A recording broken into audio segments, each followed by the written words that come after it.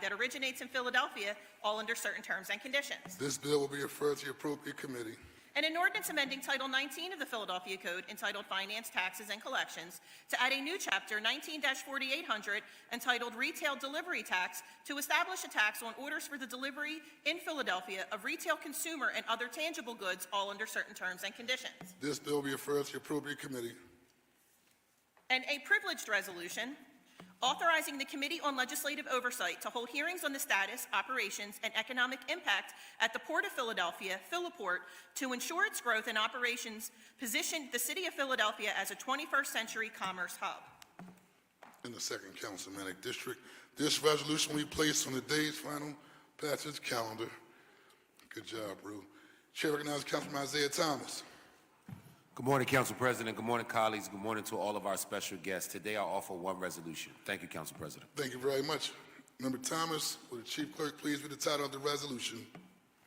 A privileged resolution recognizing the month of March 2026 as Creative and Nighttime Economy Month in the City of Philadelphia. This resolution will be placed on today's final passage calendar. The Chair recognizes Councilman Ketty Lozado.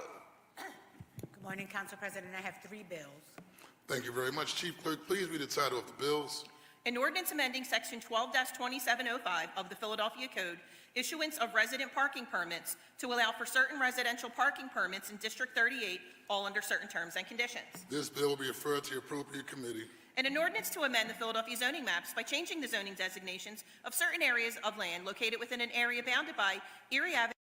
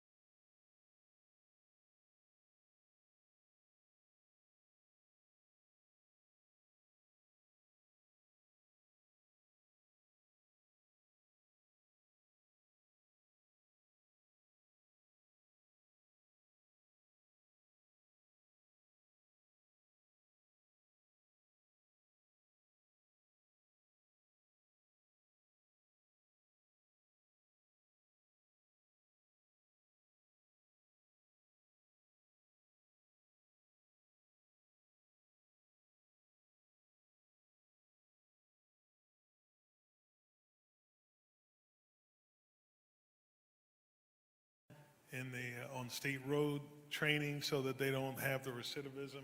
In addition to having children on Saturday that we train to be able to be tradespeople. Our next part of the expansion, we just completed expansion on Girard Avenue. It was a $6.5 million expansion. We're going into Councilwoman Gardier's district with a $20 million expansion. We've been responsible with the collective energy in this room to be able to put cumulatively over $1 billion in salaries for people that are in the trades in Philadelphia. We just want to thank you for your opportunity to have done that.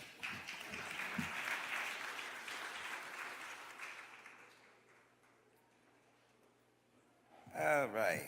Good morning, everybody. Good morning, Council, President. This bill, actually, this is for Curtis Jones, recognizing great leaders. I just wanted to say this on this revolution that Curtis Jones had. It was 260175.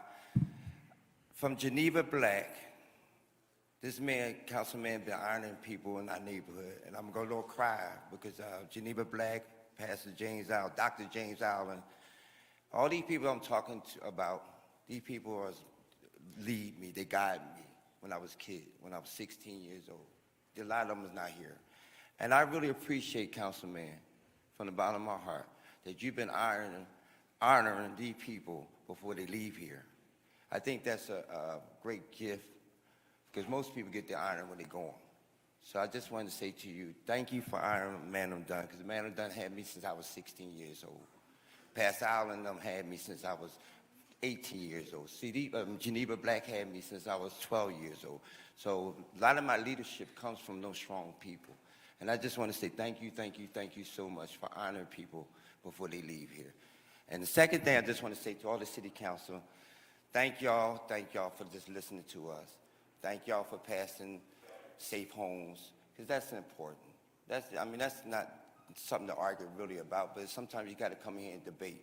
And I love this building. You know why? Because it makes it who we are. It's a democracy. So thank each and every one of y'all. I appreciate it. And especially to the mayor. I really came to really just hear the mayor and also honor you for honoring somebody else, Councilman. That really touched my heart. You've been doing a great job in the neighborhood. And I mean that from my heart. Because we had great leaders in our neighborhood. They're rusting right now, but I'm sure they're proud. So I just want to thank you for that. And also I just want to say to the mayor, I think she's doing an outstanding job to be our mayor. So thank you. I can't wait to hear her budget. Thank you. Thank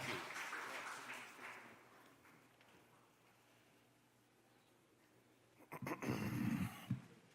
Good morning. My name is Obona Hagans, and I'm a fourth-generation chattel slavery survivor. Bill 251066 is about digitizing Philadelphia's vital records and making them searchable. That may sound like a simple records project, but records tell the story of people's lives. They show our history and the conditions people lived under. A city budget works the same way. It shows who the city invests in and whose problems it is trying to fix. When a budget does not deal with the specific harms experienced by the descendants of emancipated people, two things happen. First, it ignores the only group whose poverty was created by law. Second, it goes against the 39th Congress with what they said after slavery. Freedom comes to freedmen. It should be able to support themselves. Freedmen should be able to support themselves and have the same economic opportunities as white citizens. And it brings me back to 251066. When the city preserves its historical records, it is admitting their historical records matter. It's admitting that. The records show clearly that American freedmen faced slavery, black codes, Jim Crow, redlining, racial covenants, and other policies that shape the economic conditions that we still see today. Philadelphia has already recognized this history in its own law, including the city's slavery-era disclosure law and the slave lineage reparative resolution for the Office of Freedmen Affairs. Its history should be dealt with now and not delayed. Obona Higgins, over and out. Council President, there are no further names for public comment. That concludes today's public comment period. We will now consider the bills and resolutions on the second reading and final passage calendar. The clerk, please read the title of resolution number 260171. A resolution urging the United States Congress to pass the Protecting American History Act, which would prevent any further attempt by the federal government to whitewash Philadelphia's complex history and require the restoration of the President's House Memorial. The chair recognizes Catherine Gilmore Richardson for a motion regarding resolution number 260171. Thank you, Mr. President. On your behalf, I move the adoption of the resolution. It has been moved and properly seconded that the resolution number 260171 be adopted. All those in favor of the motion will signify by saying aye. Those opposed, the ayes have it. The motion carries. The resolution is adopted. Will the clerk please read the title of resolution number 260174? A resolution also naming the 5100 block of Delancey Street as Rasheen Hall Way to honor the life and memory of Rasheen Hall and his lasting impact on his family, neighbors, and the West Philadelphia community. The chair recognizes Councilman Jamie Gauthier for a motion regarding resolution number 260174. Thank you, Council President. I move for the adoption of the resolution.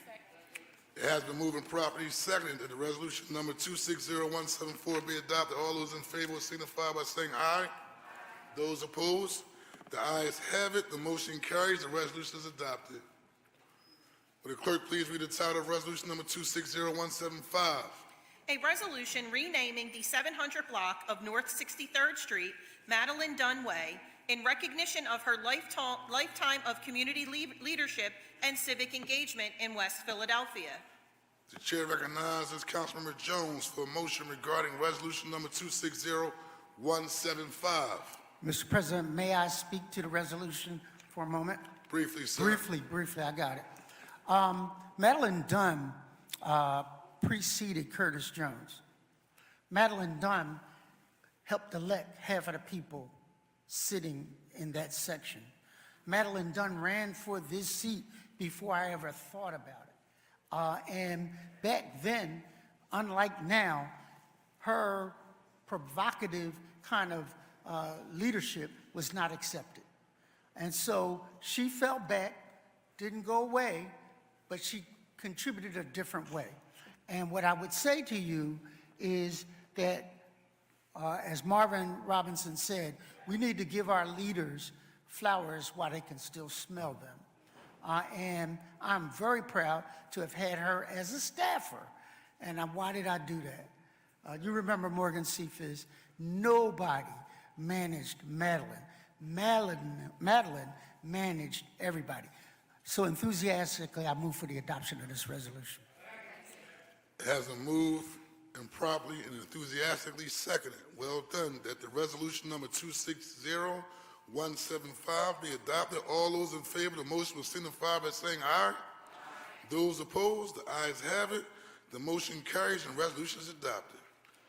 And Kurt, I'm from all the way down South Philly. I remember when I first got elected in council, she'd be like, come here and talk to you, kind of give you some directions. This when I first met her, pulled me to the side. So very well done, sir. Would the clerk please read the title of resolution number 260179? A resolution also naming Buttonwood Street between Broad Street and North 15th Street as Dr. Constance E. Clayton Way. Chair recognizes Councilmember Jeffrey J. Young for a motion regarding resolution number 260179. Thank you, Mr. President. Children come first. I move for the adoption of the resolution. It has been moved and properly seconded that the resolution number 260179 be adopted. All those in favor of the motion will signify by saying aye. Those opposed, the ayes have it. The motion carries. The resolution is adopted. Will the clerk please read the title of bill number 250329? An ordinance amending Chapter 9-3900 of the Philadelphia Code entitled Property Licenses and Owner Accountability to clarify licensing requirements, authorize the department to create a proactive inspection program, require public reporting related to code compliance, and establish remedies, damages, and protections for tenants, all under certain terms and conditions. Chair recognizes Councilman O'Rourke for a motion. Thank you, Mr. President. I would like to offer an amendment to Bill number 250329. A copy of the amendment has been circulated to all the members of the council, and I move for the adoption of that amendment. It has been moved and properly seconded that the amendment to Bill number 250329 be adopted. All those in favor signify by saying aye. Those opposed, the ayes have it, and the bill has been amended. This bill will be placed on the final passage calendar for our next session of council. Will the clerk please read the title of Bill number 250330? An ordinance amending Chapter 9-800 of the Philadelphia Code entitled Landlord and Tenant to modify the requirements related to good cause for ending a tenancy, add protections against retaliation and harassment for tenants and tenant organizations, specify tenants' rights related to the implied warranty of habitability, and provide a legal presumption related to breaches of the implied warranty of habitability, create a tenant right to organize, specify deadlines for asserting claims, and establish and enhance enforcement mechanisms, remedies, damages, and protections, all under certain terms and conditions. Chair recognizes Councilmember O'Rourke for a motion. Thank you again for that recognition, Mr. President. I would like to offer another amendment to Bill number 250330. A copy of the amendment has been circulated to all the members of the council, and I do move for the adoption of the amendment. It has been moved and properly seconded that the amendment to Bill number 250330 be adopted. All those in favor will signify by saying aye. Those opposed, the ayes have it, and the bill has been amended. This bill will be placed on the final passage calendar for our next session of council. Will the clerk please read the title of Bill number 250769? An ordinance amending Title 20 of the Philadelphia Code entitled Officers and Employees by changing the compensation of members of the Zoning Board of Adjustment, all under certain terms and conditions. This bill has been read on 2 different days. The question now is, shall the bill pass finally? Chief Clerk, please call the roll. Councilmember Phillips. Aye. Councilmember Gilmore Richardson. Aye. Councilmember Gautier. Aye. Councilmember Thomas. Aye. Councilmember Jones. Aye. Councilmember Landau. Aye. Councilmember Losada. Aye. Councilmember Young. Aye. Councilmember Brooks was aye. Councilmember Harity. Aye. Councilmember O'Rourke. Aye. Councilmember Driscoll. Aye. Councilmember O'Neill. Aye. Councilmember Squilla. Aye. Councilmember Bass. Aye. Councilmember Ahmed. Aye. And Council President Johnson. Aye. The ayes are 17, the nays are 0. Majority of all members having voted in the affirmative, the bill passes. The clerk please read the title of Bill number 250843-A. An ordinance amending Chapter 10-700 of the Philadelphia Code entitled Refuse and Littering to require locking dumpsters, all under certain terms and conditions. The chair recognizes Councilmember Squilla for a motion. Thank you, Mr. President. I'd like to offer an amendment to Bill number 250843A. A copy of the amendment has been circulated to all members of council. I move for the adoption of the amendment. It has been moved and properly seconded that the amendment to Bill number 250843 be adopted. All those in favor will signify by saying aye. Anyone opposed? The ayes have it. The bill has been amended. This bill will be placed on the final passage calendar for our next session of council. Will the clerk please read the title of Bill number 250917-A? An ordinance amending Section 14-529 of the Philadelphia Code entitled 5th District Overlay District to provide for building requirements to prevent vacant lots, all under certain terms and conditions. This bill having been read on 2 different days, the question now is, shall the bill pass finally? Chief Clerk, please call the roll. Councilmember Phillips. Aye. Councilmember Gilmore Richardson. Aye. Councilmember Gautier. Aye, and can I also be recorded as voting aye on all bills and resolutions I missed? Will be recorded. Proceed, Chief Clerk. Councilmember Thomas. Aye. Councilmember Jones. Aye. Councilmember Landau. Aye. Councilmember Losada. Aye. Councilmember Young. Aye. Councilmember Brooks was aye. Councilmember Harity. Aye, and I'd like to be marked aye on all bills I may have read. Shall be recorded. I came in, wasn't sure where. Councilmember O'Rourke. Aye. Councilmember Driscoll. Aye. Councilmember O'Neill. Aye. Councilmember Squilla. Aye. Councilmember Bass. Aye. Councilmember Ahmed. Aye. And Council President Johnson. Aye, the ayes are 17, the nays are 0. Majority of all members having voted in the affirmative, the bill passes. Will the clerk please read the title of Bill number 251066? An ordinance authorizing the Commissioner of Records and the Procurement Commissioner on behalf of the city to execute a multi-year concession agreement with Ancestry.com in connection with the digitizing, indexing, and public access and search of City of Philadelphia Department of Records vital records, all under provisions set forth in the concession agreement, substantially as set forth in Exhibit A to this ordinance. This bill having been read on 2 different days, the question now is, shall the bill pass finally? Chief Clerk, please call the roll. Councilmember Phillips. Aye. Councilmember Gilmore Richardson. Aye. Councilmember Gautier. Aye. Councilmember Thomas. Councilmember Jones. Aye. Councilmember Landau. Aye. Councilmember Losada. Aye. Councilmember Young. Aye. Councilmember Brooks was aye. Councilmember Harity. Aye. Councilmember O'Rourke. Aye. Councilmember Driscoll. Aye. Councilmember O'Neill. Aye. Councilmember Squilla. Aye. Councilmember Bass. Aye. Councilmember Ahmed. Aye. And Council President Johnson. Aye, the ayes are 17, the nays are 0. Majority of all members having voted in the affirmative, the bill passes. Chief Clerk, please read the title of Bill Number 260112. An ordinance authorizing, generally, the continued issuance and sale by the City of Philadelphia of the Gasworks revenue notes of the city, prescribing the forms of notes and providing for their execution and payment, pledging certain revenues of the Gasworks as security, adopting a rate covenant, and directing the imposition and collection of rates and charges sufficient to comply therewith, prescribing the conditions precedent to the issuance of specific series of notes, including a resolution passed by the bond committee, providing for establishment of credit support for notes, providing for the designation of a fiscal agent and sinking fund depositary, providing for establishment of a sinking fund and its management, providing remedies upon default, and providing for amendments and modifications. This bill having been read on 2 different days, the question now is, shall the bill pass finally? Chief Clerk, please call the roll. Councilmember Phillips. Aye. Councilmember Gilmore Richardson. Aye. Councilmember Gautier. Aye. Councilmember Thomas. Aye. Councilmember Jones. Aye. Councilmember Landau. Aye. Councilmember Losada. Aye. Councilmember Young. Aye. Councilmember Brooks was aye. Councilmember Harity. Aye. Councilmember O'Rourke. Aye. Councilmember Driscoll. Aye. Councilmember O'Neill. Aye. Councilmember Squilla. Aye. Councilmember Bass. Aye. Councilmember Ahmed.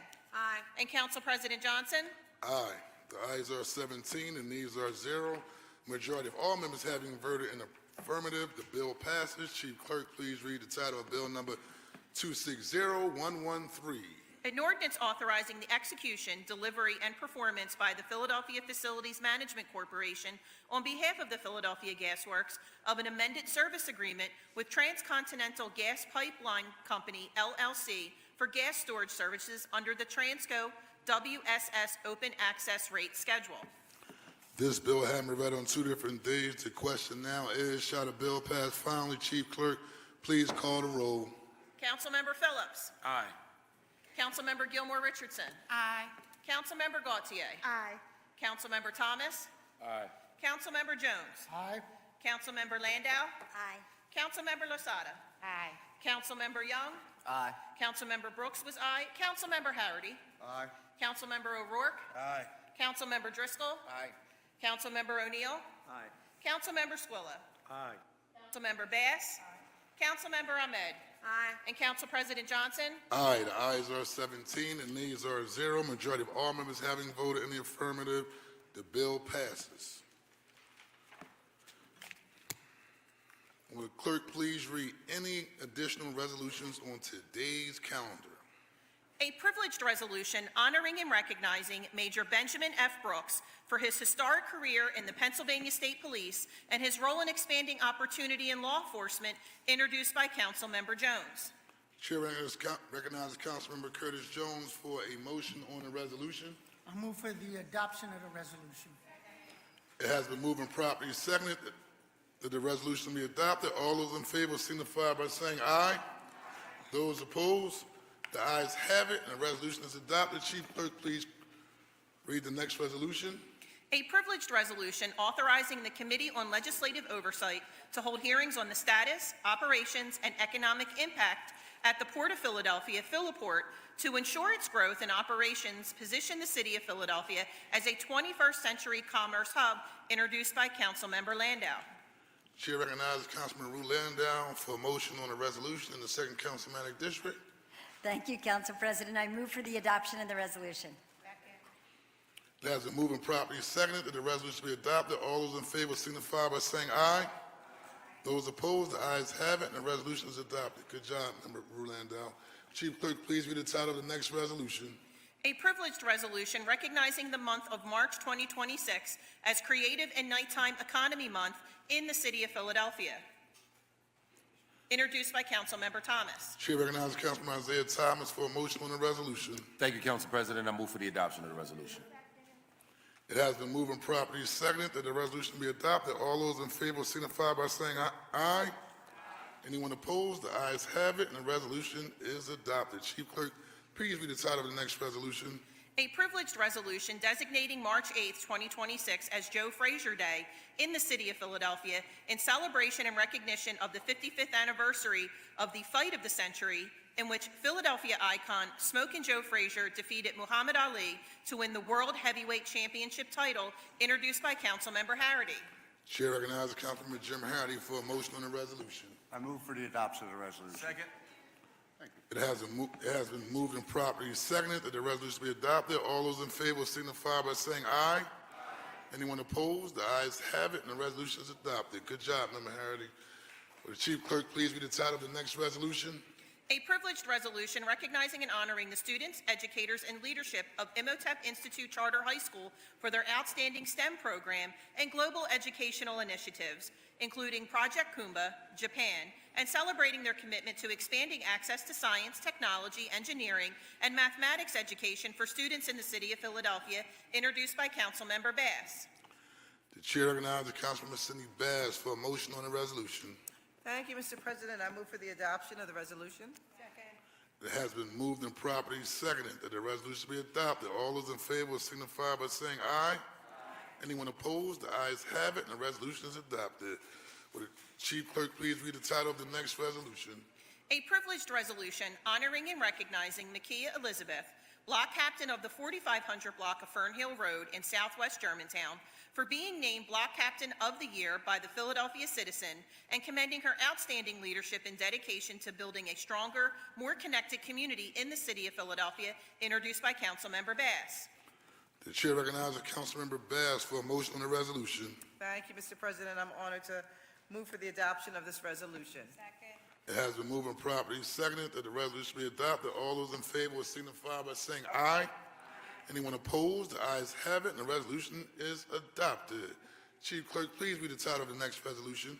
A privileged resolution honoring and congratulating Max Kent on the occasion of his retirement from New Cortland and recognizing his decades of dedicated leadership in the United States Army, healthcare administration, community service, and support of Philadelphia seniors and those who are underserved, introduced by Councilmember Bass. Chair recognizes Councilmember Bass for a motion on the resolution. Thank you, Mr. President. I move for the adoption of this resolution. It has been moved and properly seconded that the resolution be adopted. All those in favor signify by saying aye. Anyone opposed? The ayes have it, and the resolution is adopted. Will the Chief Clerk please read the title of the next resolution? Council President, there are no further resolutions in my possession. Council will be at ease.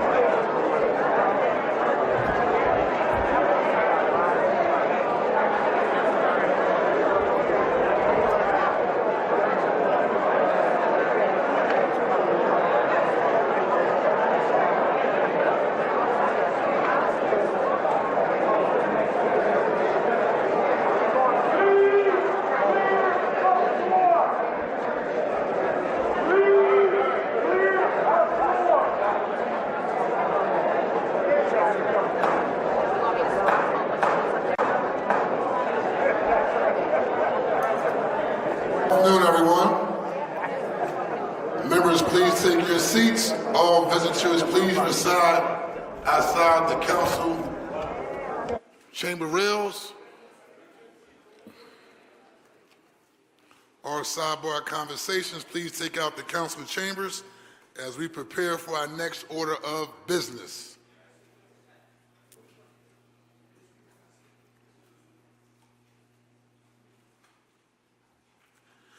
The time has come for us to consider the mayor's presentation of our annual budget message. The Philadelphia Home Rule Charter states that the mayor shall submit to council no later than 90 days before the end of the fiscal year her operating budget message and proposed operating budget ordinance for the issuing fiscal year. At the same time, the mayor shall submit to council the recommended capital program and capital budget as received from the City Planning Commission to the extent approved by the mayor. I now appoint the following committee to escort the mayor into the council chambers. Councilmember and Majority Leader Catherine Gilmore Richardson. Councilmember and Majority Whip Councilmember Isaiah Thomas. Councilmember Majority Deputy Whip Councilmember Cindy Bass. And Minority Whip Councilmember Nicholas O'Rourke.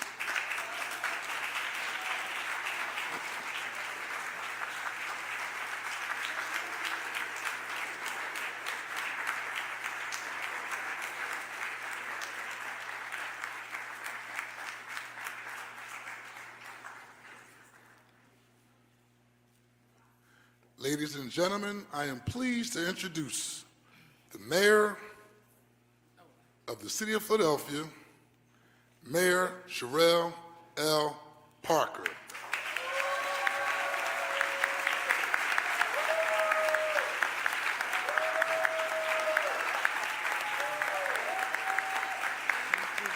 Oh, wow. I see you all. All right.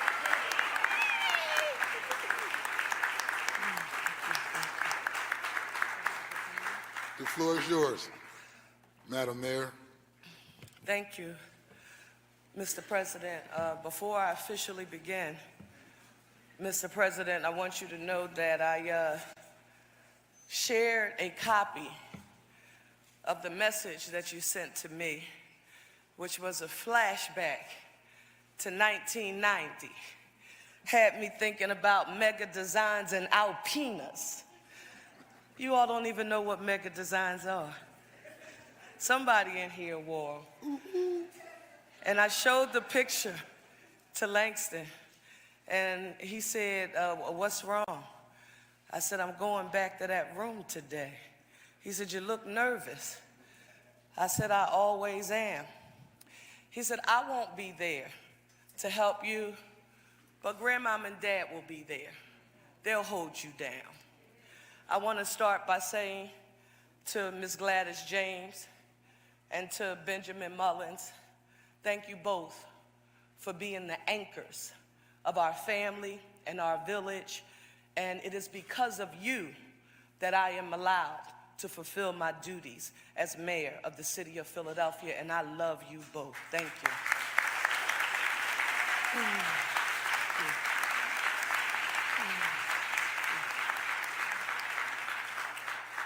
With that being said, good morning, Philadelphia.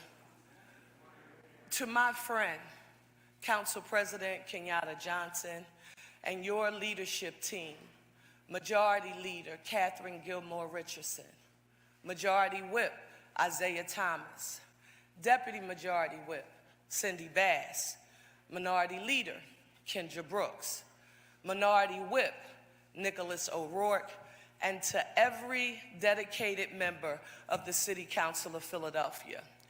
To our Philadelphia delegation and the Pennsylvania General Assembly and every statewide leader who is present, thank you. To our Speaker of the House, Joanna McClinton, our Appropriations Chairman, Jordan Harris, our Senate Democratic Appropriations Chairman, who is also my therapist, Vincent Hughes, to all of our cherished faith leaders, the men and women of organized labor, community, business, and civic leaders, and especially to my cabinet, led with excellence by my Chief of Staff, Chief Air Traffic Controller Tiffany Thurman,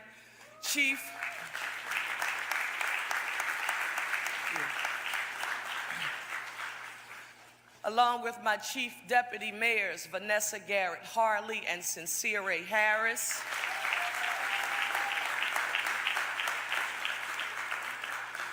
as well as every cabinet member here in the room today. And of course, to every Philadelphian watching online, listening on Word, or tuning in on television. Our third year is officially underway, and I am more energized and hopeful and determined than ever to lead us forward as your 100th mayor.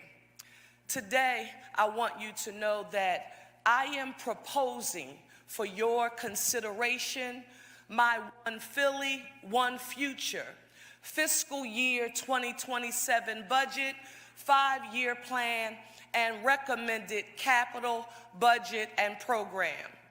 Now, I want you to know that this $7 billion FY27 budget, it is not just a ledger full of numbers.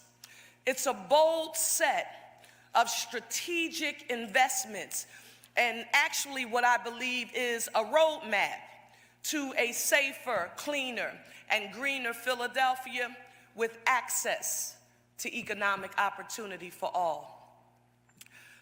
Before we chart the path ahead, I want to pause and I want to honor those who embody the spirit of service and sacrifice that define our city. To the men and women and individuals of our Philadelphia police and fire departments and all of our city workers, I want you to know that your courage, dedication, and resilience are the heartbeat of our city. When you see my cabinet wearing blue, red, and white ribbons today, I want you to know that each color carries a story of sacrifice and service to the people of Philadelphia. Some of you may remember that last December, we lost Philadelphia Highway Patrolman Andy Chan, a husband, a father, a protector. To Mrs. Chan and your children, our blue ribbons are a small symbol of the gratitude and respect of an entire city. Mrs. Chan and family, please rise if you are present, please, so we can give you a round of applause.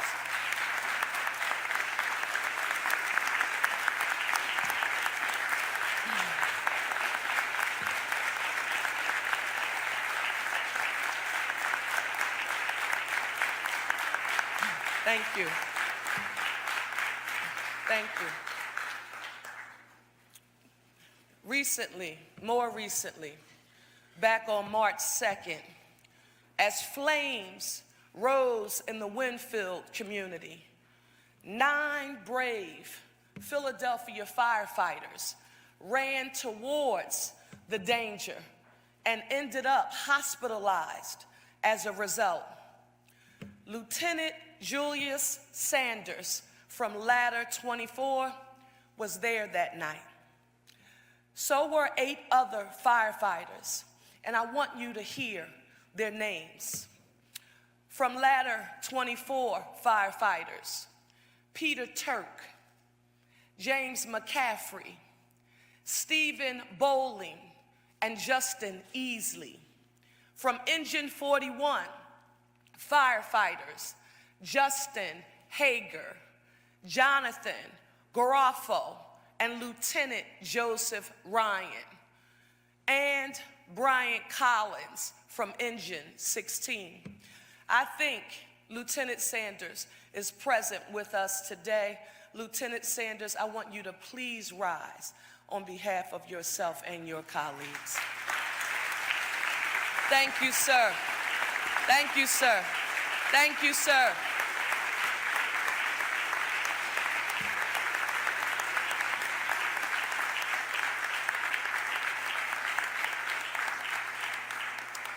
The red ribbon is for you and all your fellow firefighters who put their lives on the line that night.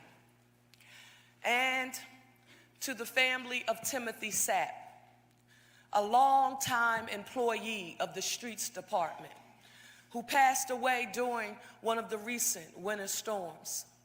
Mr. Sapp had just finished his plowing shift when he suffered a fatal medical emergency. His widow, Corinne, is here with us today, and I would like to ask her to please rise so we can recognize Mr. Sapp's decades of service and commitment to the city of Philadelphia. Thank you, Corinne, for being here. Thank you. I told you we're not going anywhere. Thank you. And to the families of several other city employees who have passed recently. Kenneth King from the Sanitation Department and Christopher Thompson from Fleet. Darrell Brown from Parks and Recreation, and Dawn Holloway from the Medical Examiner's Office. We want to thank you and your loved ones for the service that you've provided to our great city. The white ribbons that the cabinet is wearing today is in honor of the memory of Mr. Sapp and all of our other departed city colleagues. Let's give all of our employees a round of applause.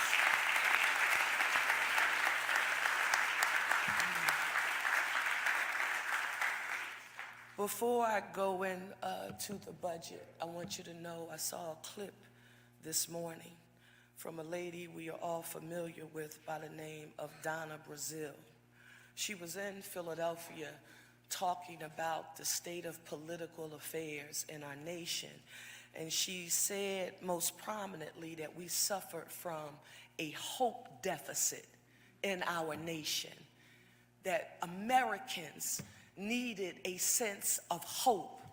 So I thought long and hard about Donna Brazile's comments, and then my friend and brother Mungu Sanchez came to mind, and him always saying to me that hope is important, but don't forget that hope doesn't buy bread, eggs, milk, and cheese.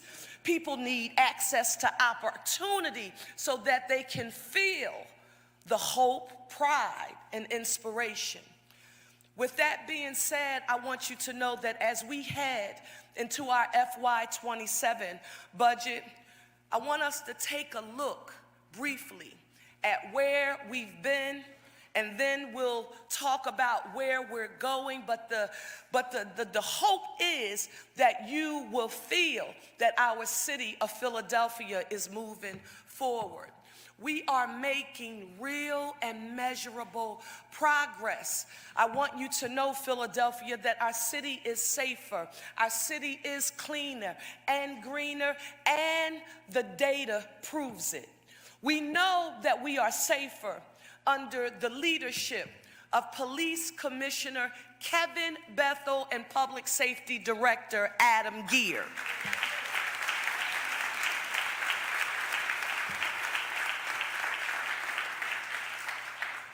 through their leadership and our holistic PIE strategy, prevention, intervention, and enforcement, and in partnership with our community anti-violence groups across our city, we know that homicides and shootings are at their lowest levels in over 50 years here in our city.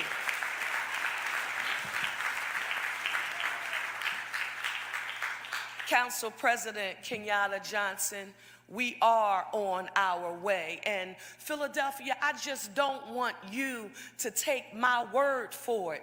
Pew Charitable Trust confirms that our progress, Philadelphia's progress, it outpaces 20 other major U.S. cities. That is what I'm proud about. It's with that data in mind that I am really excited to affirm that we are proposing $25 million in community-based anti-violence grants in FY27 because we know that these investments work. They work.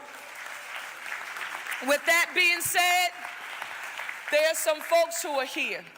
I know that my friend Pastor Carl Day, he can attest to the fact that the strategy works, but I need you to just hold it for a second. Chief Deputy Mayor Vanessa Garrett Hartley told on you, Pastor Carl Day, wherever you are yesterday, and we understand that New York has been trying to poach you, and you've been doing some work there for about 2 days a week, but I want you to remember that the Philly comes out your mayor, and we need you here in the city of Philadelphia, Pastor Carl Day. Where is Taj Murdoch of Men of Courage? Is Taj Murdoch here? What about Shantae Love from Every Murder Is Real? I want you all to stand. Where's Manny 215? Where's Manny? Stand up, Manny. And what about Tone Barr? Is Tone Barr here? These are the men and women who are on the ground doing the work. I text them, I call them. They're connected, they're plugged in. I rely on you, and I'm grateful for you, each of you.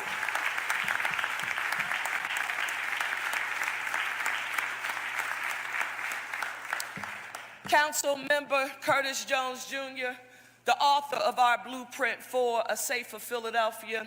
I know that we have more work to do, but as you laid out in your blueprint, we know that these investments are working.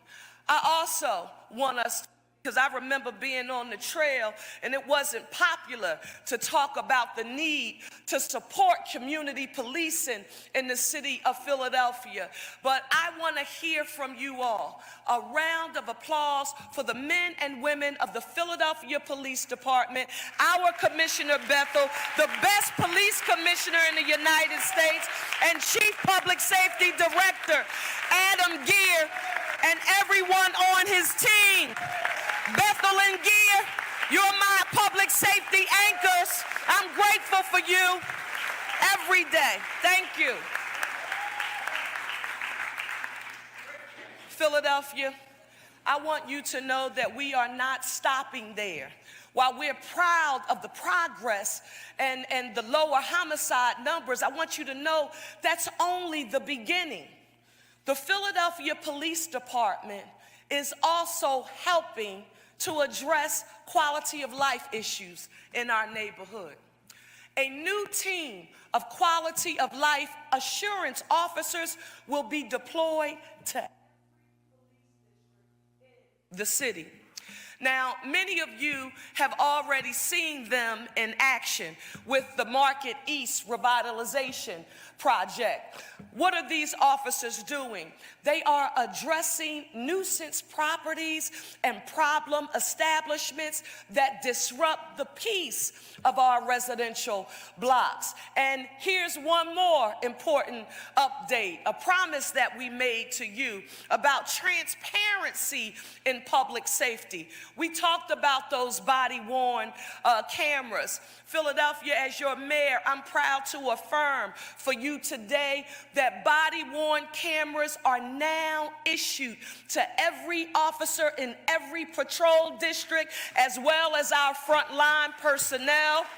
Listen, we promised this to the people of Philadelphia, and we are delivering on that promise. In addition to that, that's safe, but I also want you to know that we value clean and green. And we are cleaning up and greening up our city in a significant way. Under the leadership of Clean and Green Director Carlton Williams and Sanitation Director Crystal Jacob Shipman. Yeah, they're on the front line. Yes, my partners. Under their leadership, Philadelphia,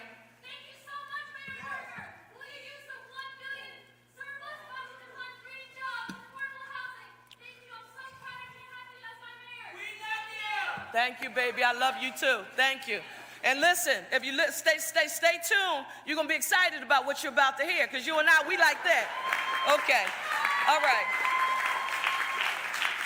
Because if you think about the leadership of Carlton Williams and Crystal Jacob Shipman, I don't simply want you to listen to me saying that our city is cleaner and greener. I want you to think about what they've already done. We've executed 94,000 actions last year. Cleaner streets, illegal dumping tackled, twice a week trash collection restored. We are on our way to eliminating that Philadelphia moniker. We are trying, Philadelphia. Now, at the same time, I want to stay here for a second. We are advancing environmental justice through our urban forestry unit. Why?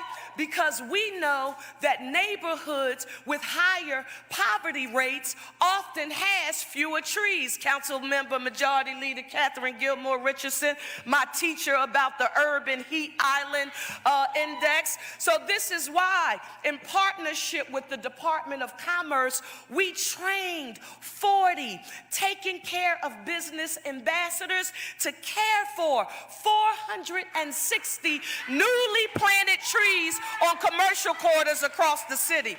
Now listen, I can't help it. I'm a tree nut, so I get excited about trees. Listen, in FY27, we are going to focus on 3,600 plus trees and shrubs that were planted last year, with a laser focus on Cobbs Creek and Tacony Creek Park. Senator Hughes, Rep. Cephas, and Jones, that is how we will help to realize a cleaner, greener, and stronger city. And it's important to me, Philadelphia, that you view this effort as a promise made and a promise kept. Why? Because I'm the mayor that said to you, I'm a Baldwin-esque-like thinker, that I don't want you to simply listen to what I say. I want you to watch what I do.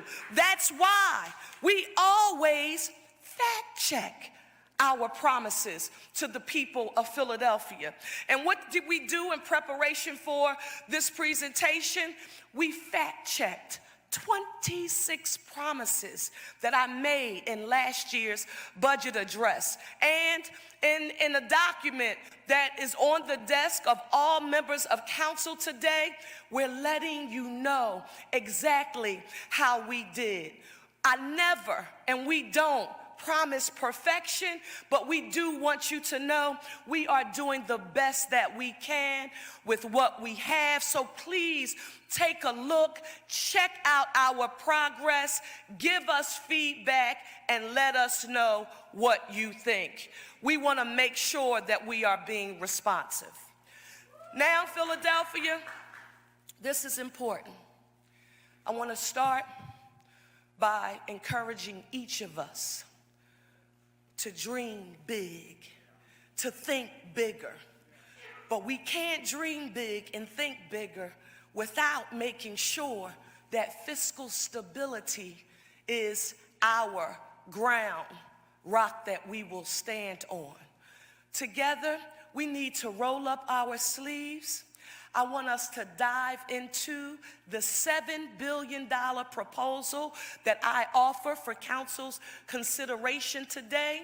And the first thing I want you to know is that nothing, and I do mean nothing, will shake me from my core belief that fiscal stability is the foundation upon which we will build everything else. And I am proud to announce to you all that the state of the city's fiscal health remains strong, but it faces rising challenges. We continue making contributions to the Budget Stabilization Reserve Fund, also known as the Rainy Day Fund. It will have $344 million by the end of the proposed 5-year plan. And I want you to know that's the most we've ever had for a rainy day in the history of the city. Listen, that fund, it will be especially important as we face economic and federal policy uncertainties. And in order to get us prepared for this moment with fiscal stability, we can't do that without giving thanks to our Majority Leader, Catherine Gilmore Richardson, for all she's done on this issue. Thank you, Majority Leader, for all of your hard work. Next, our city's pension fund. It also continues to move in the right direction. We've surpassed, for the first time, the 67% funding level, and that is the highest in decades. Now, this is usually not a sexy issue to talk about unless you were in Harrisburg rumbling for sales tax exemption and the other revenue we needed to start so that we could get on sound fiscal fiscal footing. But listen, that's a 20+% increase. Senator Hughes, 10 years. 10 years. And guess what? The fund's actuary projects that it will reach 80% in FY29 and 100% by FY33. And it happened because of shared sacrifice. How? Listen, because of our collective discipline and determination, Philadelphia has secured the highest combined credit rating in decades, the highest. So listen, this is important. I want to thank, because when people contribute to the work, they need to be acknowledged. I want to thank the members and staff of the pension board, all of our municipal unions, city council, and here, they don't get enough credit, and I guess I feel and share their pain because I know what they do. We need to give a huge round of applause for our Philadelphia delegation to the Pennsylvania General Assembly. Thank you all for your work. We wouldn't be here without what you all did. Once these pension obligations are fully funded, Council President Johnson, we talked about this, our annual general fund costs will drop by hundreds of millions of dollars. And I want you to know, Philadelphia, that that's real money we can use for our biggest priorities. We still face fiscal challenges ahead, and we have to keep that in mind. You've heard me reference previously that the city borrowed $1.3 billion in the 1990s to shore up our pension fund during the Rendell administration. It was a bold and essential move to turn the fiscal health of our city around, and I'm grateful to former Mayor and Governor Ed Rendell for having the courage to move us in the right direction. But I want you to know that this is 2026, and we're still paying for it today. From now through FY29, the general fund will pay almost $50 million in debt service on our pension obligation bonds, including a $64 million balloon payment that's due in FY29. We are also facing right now limited job growth and persistent inflation. And I know some people forget about this, is why it's important to note for the record. The lifeline that we counted on for the last few years, you'll remember it as that $1.4 billion in COVID relief money. Those ARPA dollars, Philadelphia, they're gone. Despite that fact, I want you to know we'll meet our obligations as we always do.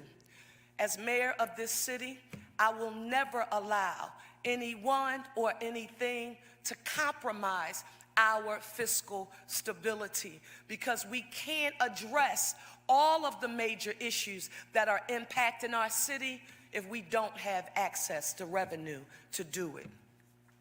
Now I want to move on to the heart of this budget. You heard the message, safe, clean, green, but then there's economic opportunity and economic mobility for all. Let's get into the meat of the budget. In my first and second budgets, the One Philly, a United City, and then the One Philly 2.0 budget, my administration set out on a bold course, making Philadelphia safer, cleaner, and greener for every Philadelphian. But now, this is my third year in my third budget address. My focus sharpens on a goal that touches every family and every neighborhood, and that is economic mobility for all and self-sufficiency for all. Because I want you to think about this. What good is a safer, cleaner, and greener city if our people don't have access to good paying jobs, quality health care, and a real shot at raising a family, owning a home, and building a pathway to a better and more affordable life? That's why my economic mobility agenda is set to address many of those issues. If you were like me, a product of humble beginnings, a first-generation college graduate, a first-generation Ivy League graduate, you may need some direction as it relates to economic mobility and being put on a path to self-sufficiency. That's why I am proud today to introduce what I call Philadelphia's Economic GPS. That's Philadelphia's economic growth, prosperity, and security. To me, Philadelphia, it is a roadmap to self-sufficiency, a path that makes it easier for every Philadelphian to move up and not just get by. Just like our GPS in our cars, you know, now we can go anywhere we want and we really don't have to know it. All we have to do is punch in the address in our GPS and it'll take us where we want to go. Well, this budget charts the course from early childhood to school age, from graduation to career, all the way to retirement. My economic mobility plan is designed so there is a pathway for everyone at every stage in life to move up that ladder. But first, I don't ever want you to forget that growth, it must be inclusive and dynamic. So I don't care whether or not you run a small business on a neighborhood commercial corridor or a manufacturing plant. You deserve to grow, to hire, and compete.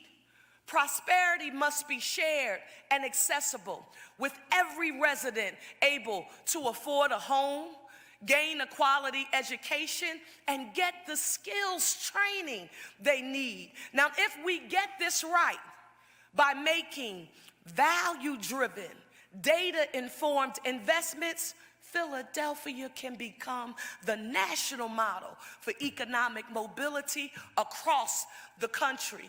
This is our moment and our chance to do what no city has ever done before. So Philadelphia, I'm hoping that you're going to join me, join the council as we all work and move up, and we need to, from being last in economic mobility in this nation, and show the world that when we have intergovernmental cooperation and planning and we work together, we can be one Philly with one future with economic mobility for all. We can do this together. We can access economic mobility.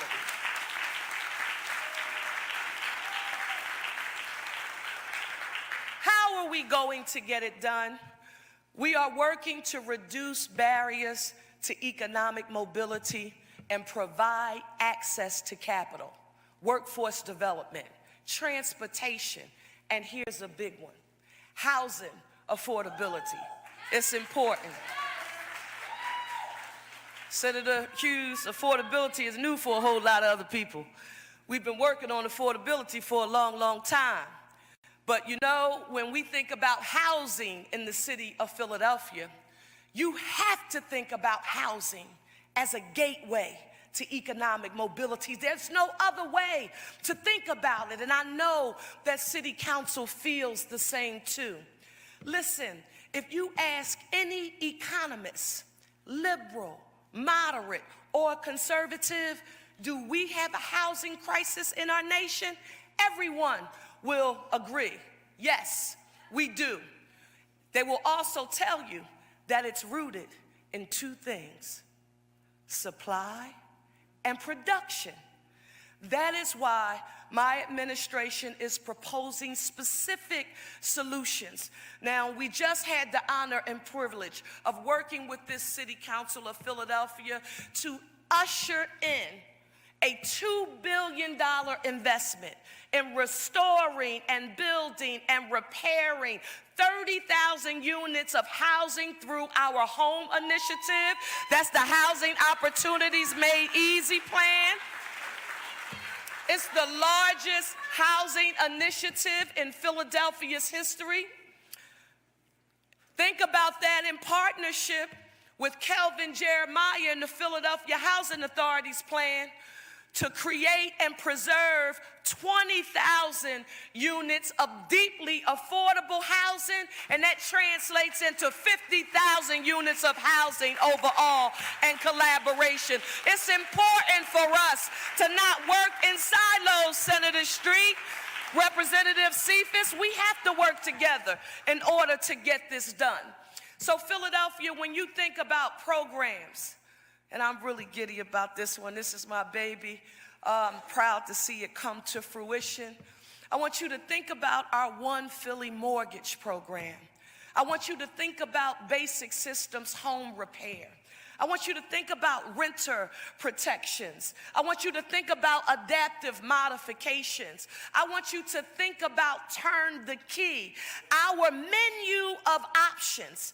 All of these programs and many others are designed to help Philadelphians buy their own homes, obtain grants to repair their existing homes, or help with the high cost of rental housing. If someone asks you, what is the city of Philadelphia, the mayor and the city council doing to address affordability and economic mobility, tell them to not simply listen to what we say, tell them to check out what we've already done here in the city of Philadelphia.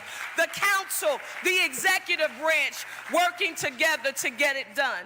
And listen, I've got to state for the record that while I know there were some differences around who should benefit from some of these programs, Councilmember Gaultier, I want you to know that I believe we can all agree that we need to ensure that we are serving both renters and homeowners, and we get right down to the bottom of it as it relates to home.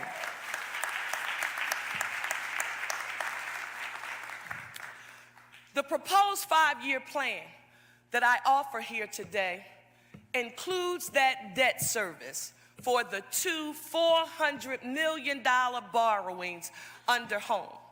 Councilmember Jones, the first borrowing goes to the market very shortly. So Philadelphia, we want you to know that help and more housing is on the way in our great city. Help and housing is on the way. I'm excited because it's true. We can do so much with this borrowing, and we will. Philadelphia is stepping up, and we are doing the hard work that it takes to address seemingly intractable problems. But we have to remember that this housing crisis, this is just not a Philadelphia problem. And that is why I'm excited that our governor has made housing a priority in his budget, and we want to make sure that we are working closely with him and our legislative delegation to ensure that Philadelphia gets its fair share of that new state housing funding.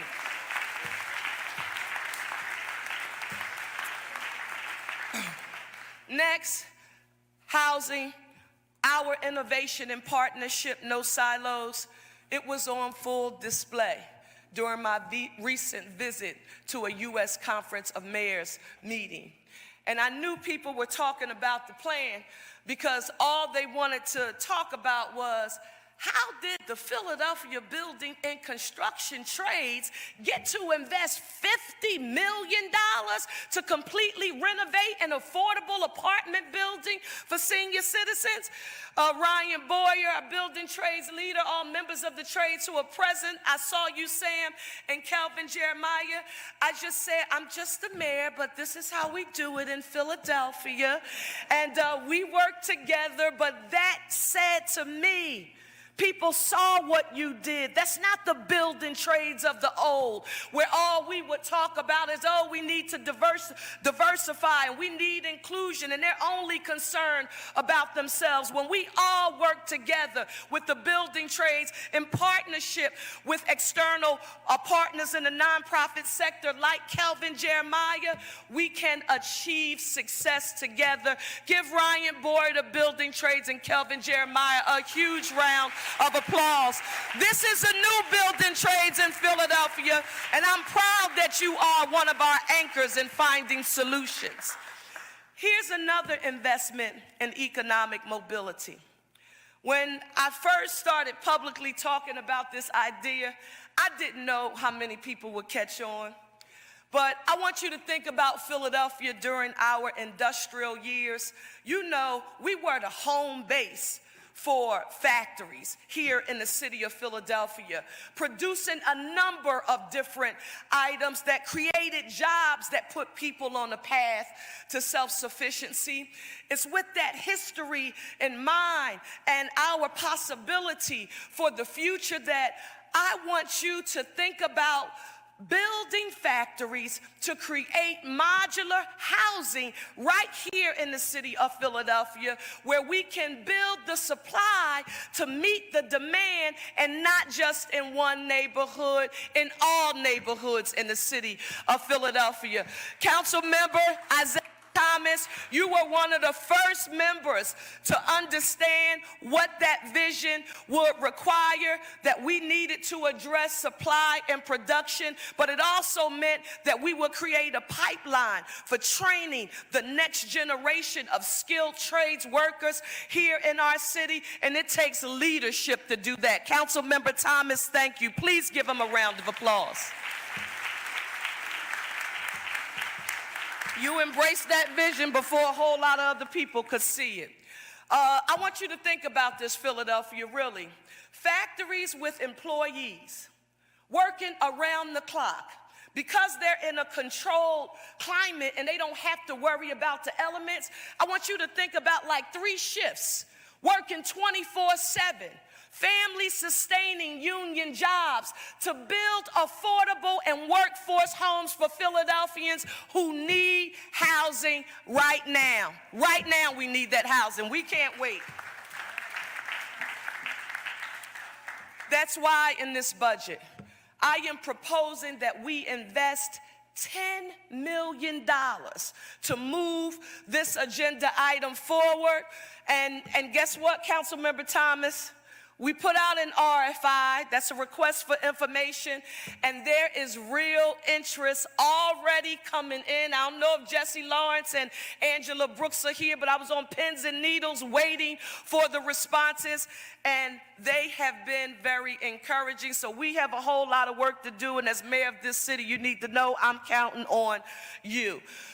Give Angela Brooks and Jesse Lawrence a huge round of applause. John Monlack, thank you all for your leadership. I want you to stay with me. Let's talk about access to workforce development. You can't have economic mobility and be put on a path to self-sufficiency if you don't get access to the ability to learn a skill that will allow you to have a career or do something that you love so you can make a living. So when we talk about access to workforce development as a part of our economic mobility agenda, I want you to know that we have to pay for that too. And that's why in this budget, I am proposing that we add $10 million to our budget to support workforce development training.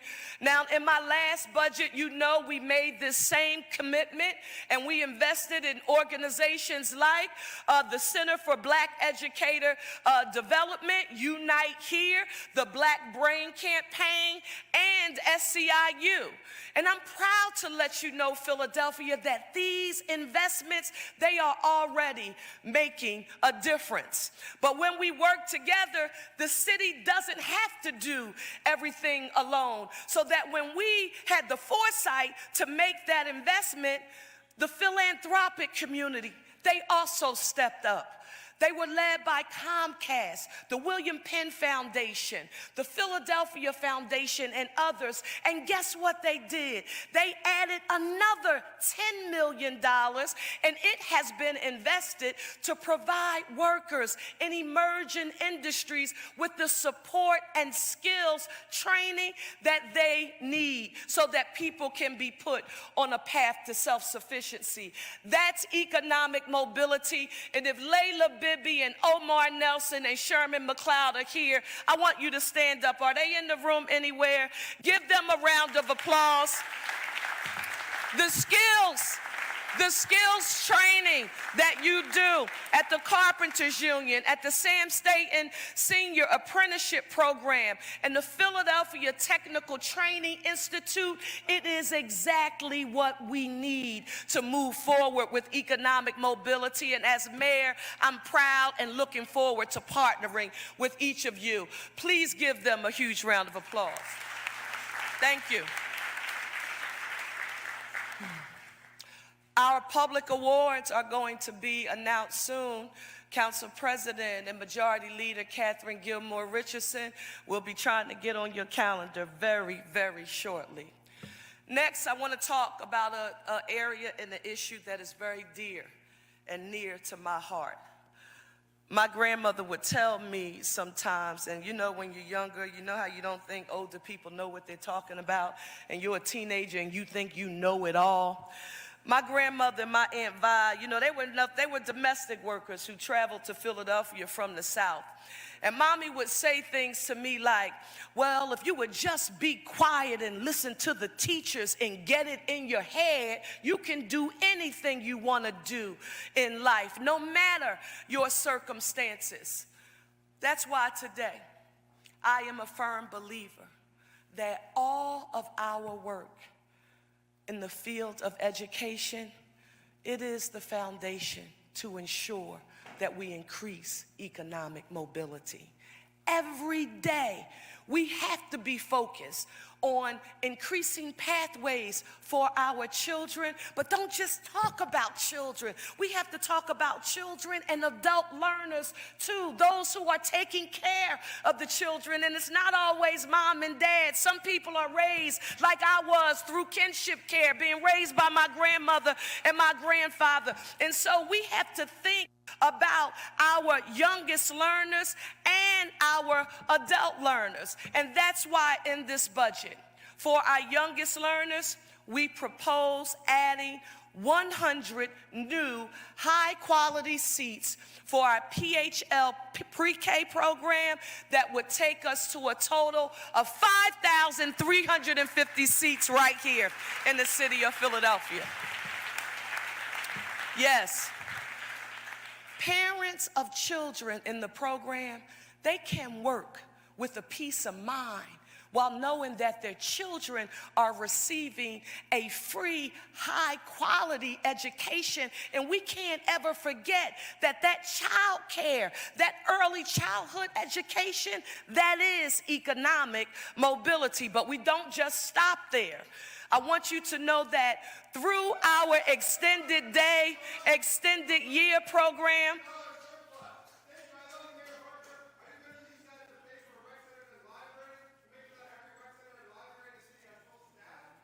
Sugar, there's something in here for you too, if you listen. Yeah.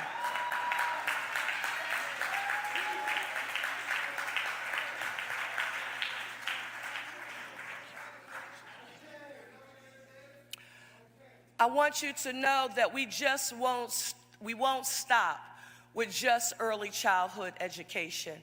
I want you to know that through our extended day, extended year partnership with the School District of Philadelphia, and I want you to write this down and take notes, Philadelphia, so nobody will ever get these facts confused.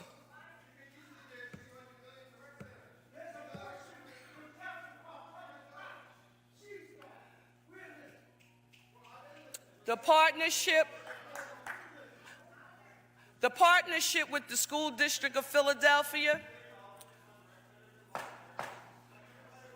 Listen, you all, we're Philadelphia. This is the birthplace of democracy. If anybody has to be patient when somebody's trying to express what they feel, Philadelphia should be sensitive to it. So let's be patient and let the brother have his time.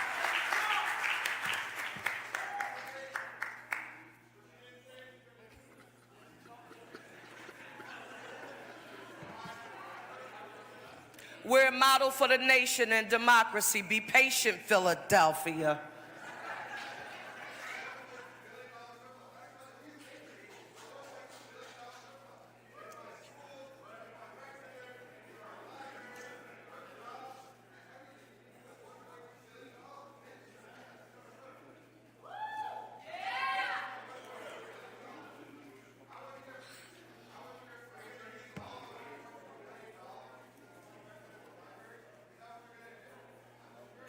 Thank you, Philadelphia. I want you to remember this.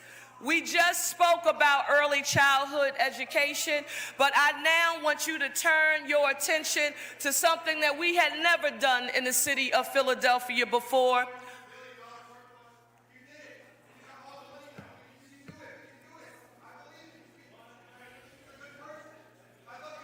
I love you too, Sugar. I'll see you soon.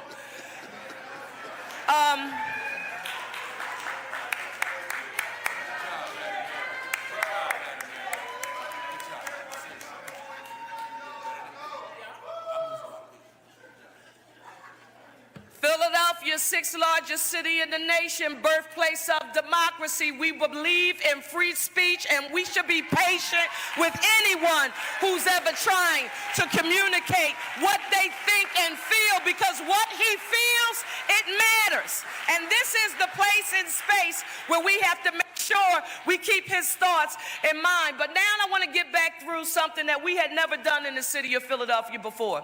And that was the creation of what we coined our extended day, extended year partnership with the School District of Philadelphia. Yeah, I'm excited about this one.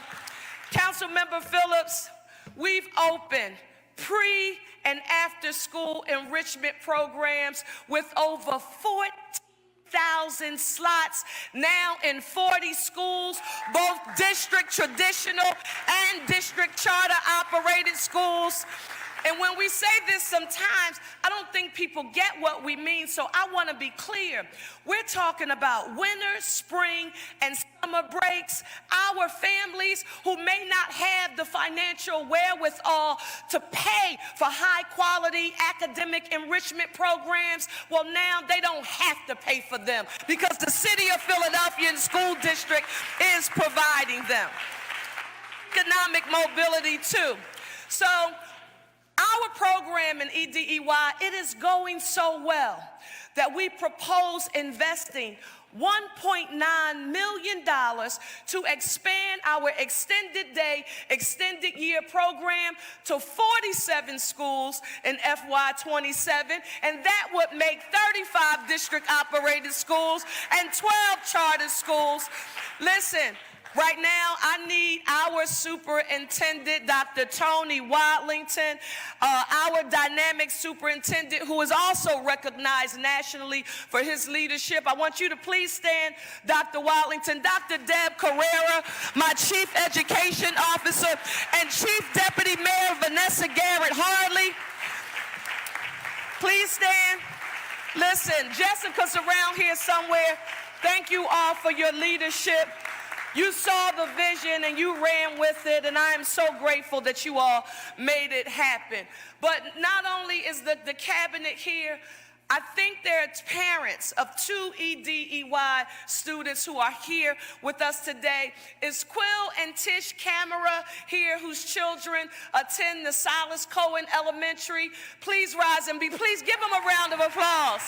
Thank you, thank you, thank you. Philadelphia, when I was on the campaign trail in 2023 asking you to give me the honor and privilege of serving as your leader in this city, I always heard the question, how can you help me gain access to a good paying city job? People would ask me that question all of the time. They would also say, what are you going to do about all of those vacancies in our city? I need you to know that we listen, and because we listen from the ground up, we created our City College for Municipal Employment Program, otherwise known as CCME, and through it, we've educated hundreds of students about career opportunities in city government, and this too is thanks to strong collaboration between the Community College of Philadelphia, led by Dr. Alicia Marshall. Dr. Marshall, please stand to be recognized. Dr. Wallington, please stand again. And I'm not sure if Pat Clancy is here. Is Pat here?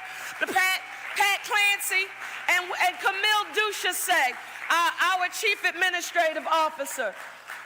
Thank you all so very much. CCME is working. It's another issue that I have to talk about often when I'm at the U.S. Conference of Mayors.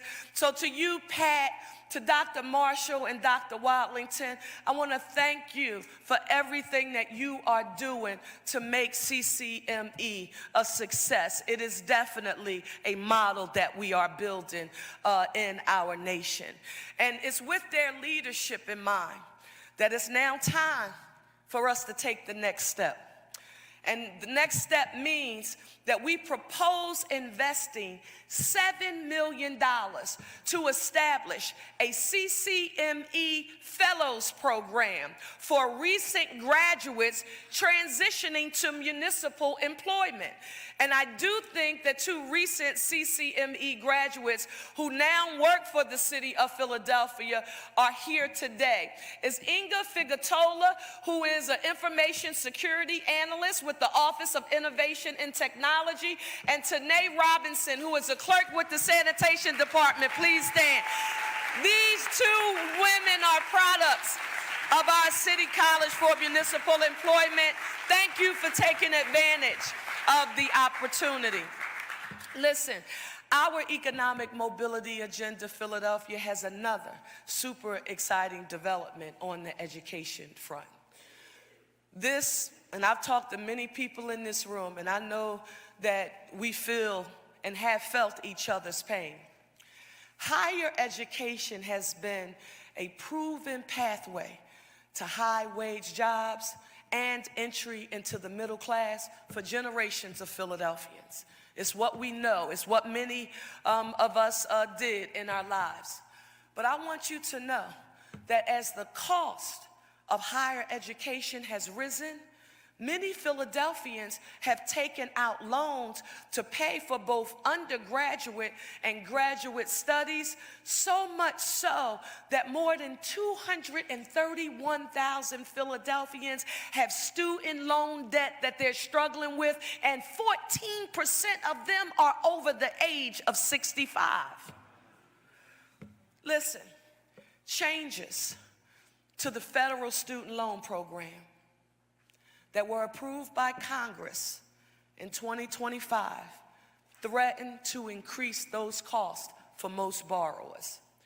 That's why, as a part of our holistic economic mobility agenda, we propose investing $850,000 to start a student loan help center right here in the city of Philadelphia to assist borrowers as they try to navigate the confusing and frequently changing landscape, while at the same time, many folks are seeking public service loan forgiveness, and they're trying to have those dollars to be put back into their pockets so that they can be put on a path of self-sufficiency. And so working with our Mayor's Office of Education, that is where this initiative will be led. They will work in partnership with the Office of Community Empowerment and Opportunity and the Chief Administrative Office, helping Philadelphians get rid of student loan debt. Guess what, Philly? That too is economic mobility.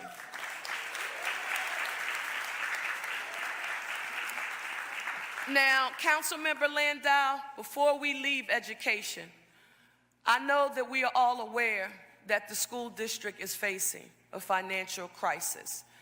Chairman Thomas, Council President, many others have talked about this.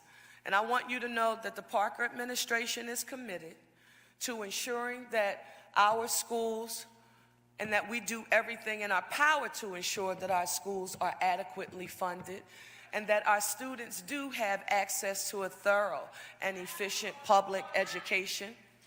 In my first two budgets, and on that campaign trail, you all will remember, we have made significant steps towards fulfilling my promise to shift the millage percentage from 55% to 58%. Somebody's watching from home saying, what's the millage and 55?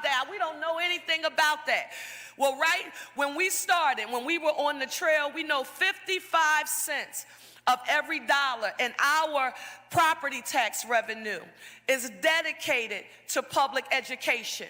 On the campaign trail, nobody had to give me a dissertation and a speech about the importance of funding public education. We promised and committed to shifting that millage rate from 55% to 58%. That's a 3% increase. And so far, Philadelphia, in our 5-year plan, we have invested $131 million more in our schools through our changes to the millage rate that we have already implemented. And listen, the reason why I'm excited about it, because this is our second year, this is our third budget, and we're already halfway to our promise. So today, what makes this exciting is that we are announcing even more revenue that we would like to see support the ongoing operations of the school district. Through the implementation of 2 new taxes, we propose to generate $12 million annually that will go directly to the school district. And I want to explain what they are. The first is the Transportation Network Company Tax. And it's a 20 cents per ride tax on ride-share rides that originate in Philadelphia. So beginning July the 1st of next year, If implemented, this tax is expected to generate $9.6 million per year, and all of the revenue will go to our school district of Philadelphia. Councilmember Landau, we have big dreams, but we know we have to pay for it, and we look forward to working with you on this issue.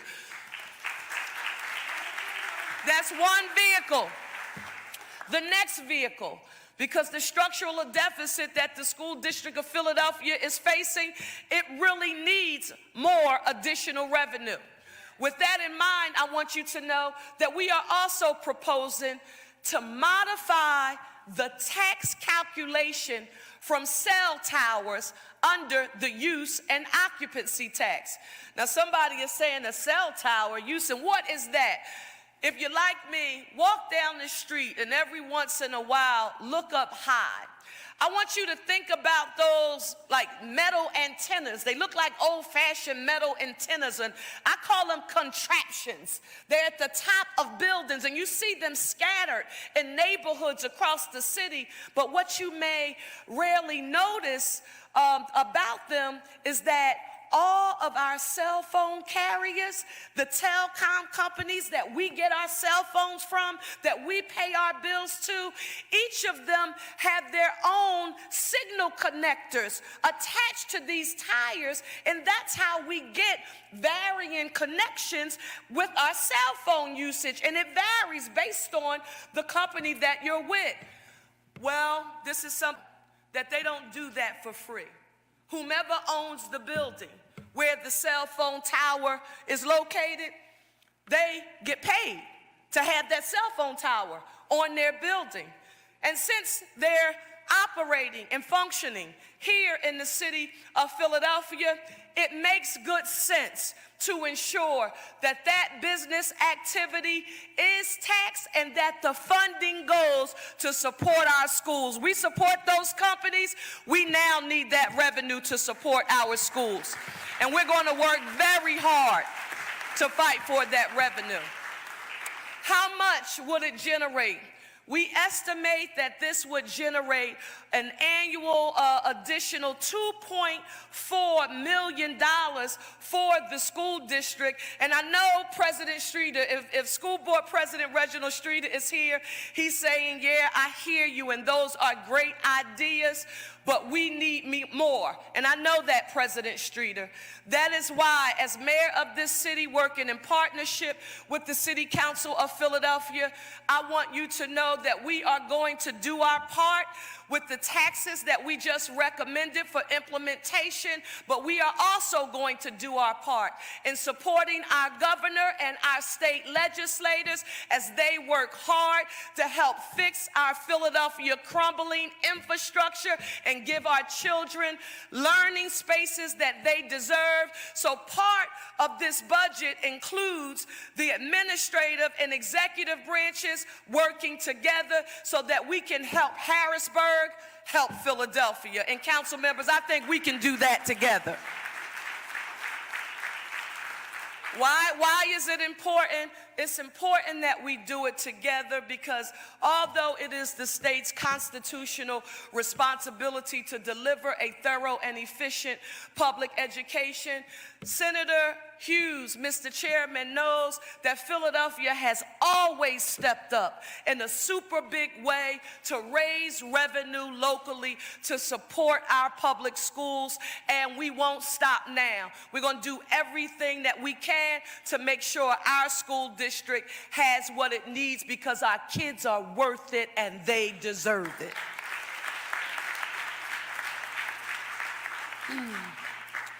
Next, I want to talk about small and local businesses as economic mobility.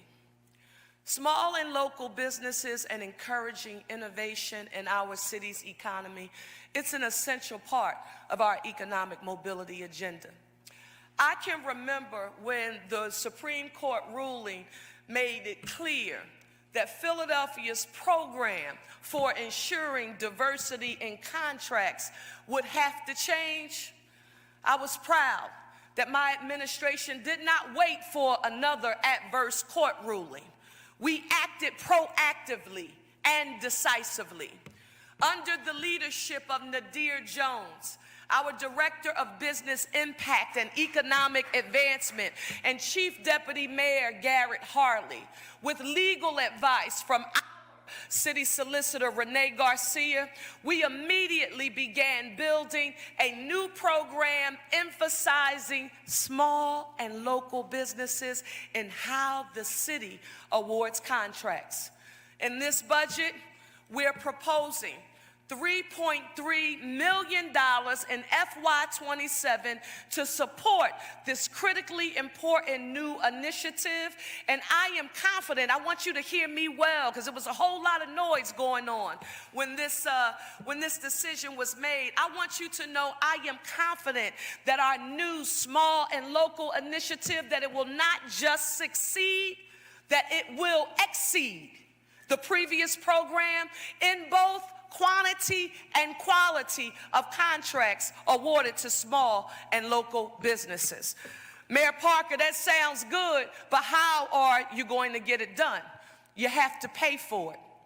At the same time, I want you to know that we are going to close a loophole in the city's sales and use tax, which would require remote sellers outside the city to charge a 2% local sales tax beginning July 1st.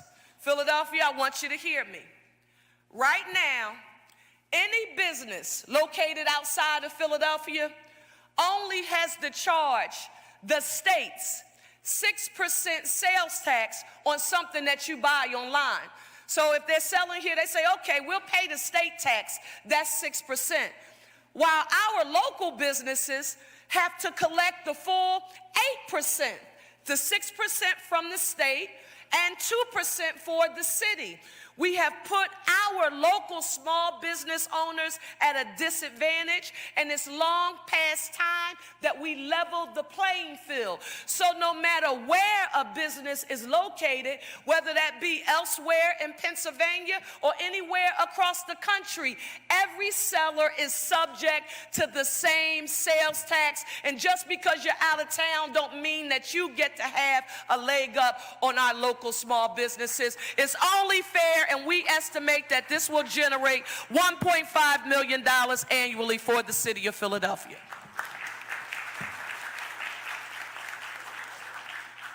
Our agenda also supports innovation and growth in our local economy as well.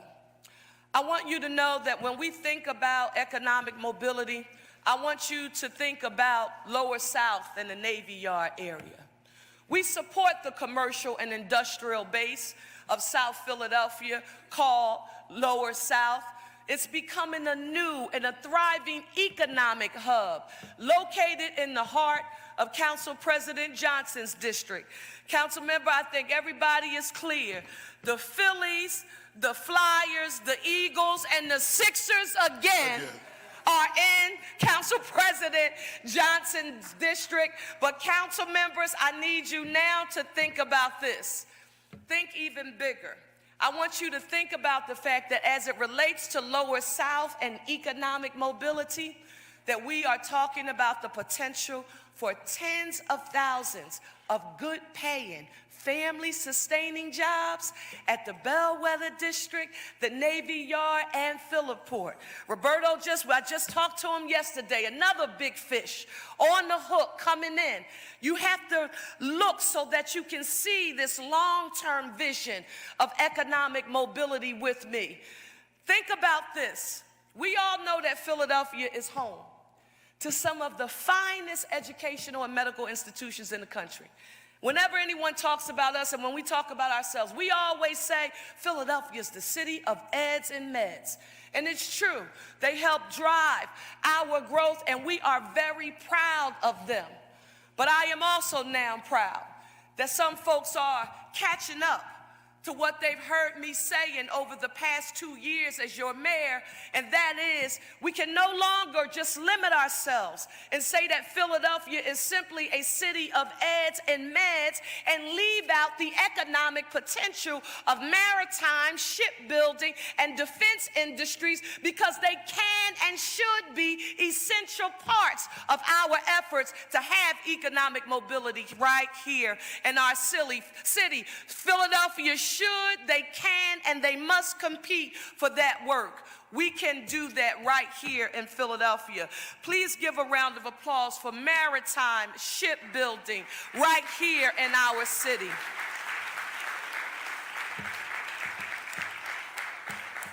I want you to consider this. $5 billion in planned infrastructure investment by the Hanwha Philly Shipyard.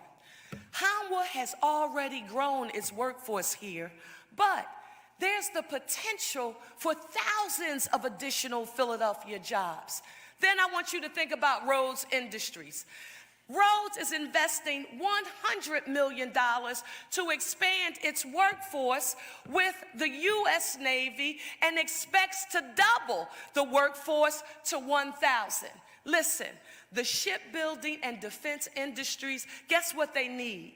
They need welders. With partners like the Community College of Philadelphia and PTTI, Philadelphia can supply them with the skilled workforce that they need. And so if we are thinking big, that too is economic mobility that the city of Philadelphia must rely on. Now I want us to go back, and we just touched on it. I'm an eternal optimist, and I always believe that the glass is always half full, never empty. Out of challenge comes opportunity, and just as exciting right now, when we think about maritime and shipbuilding, just as exciting is the prospect of a new, first-in-class arena that will be home to our Philadelphia 76ers and Flyers and Councilmember Thomas, and soon, okay, our own WNBA team right here in the city of Philadelphia. Yes.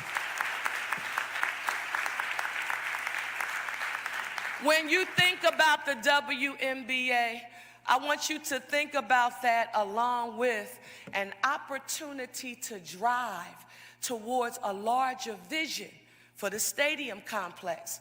Now, Council President Johnson and I, we've been talking about this for a long time, but I need you, Philadelphia, to stay with me and see the vision. And to see the vision I'm talking about, you don't need to squint.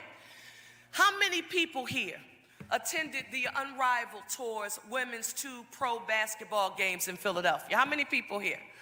Listen, they had 21,000 people per game, and if you think that's something, you ain't seen nothing yet until the WNBA gets here. And it's with that in mind that I want to say this. The Philadelphia sisters, Alex and Wanda Sykes, Ashley Lunkenheimer and Starla Crandall, Councilmember Thomas, we've been at this long before I became mayor. I was a council member in this chamber when we started working with them.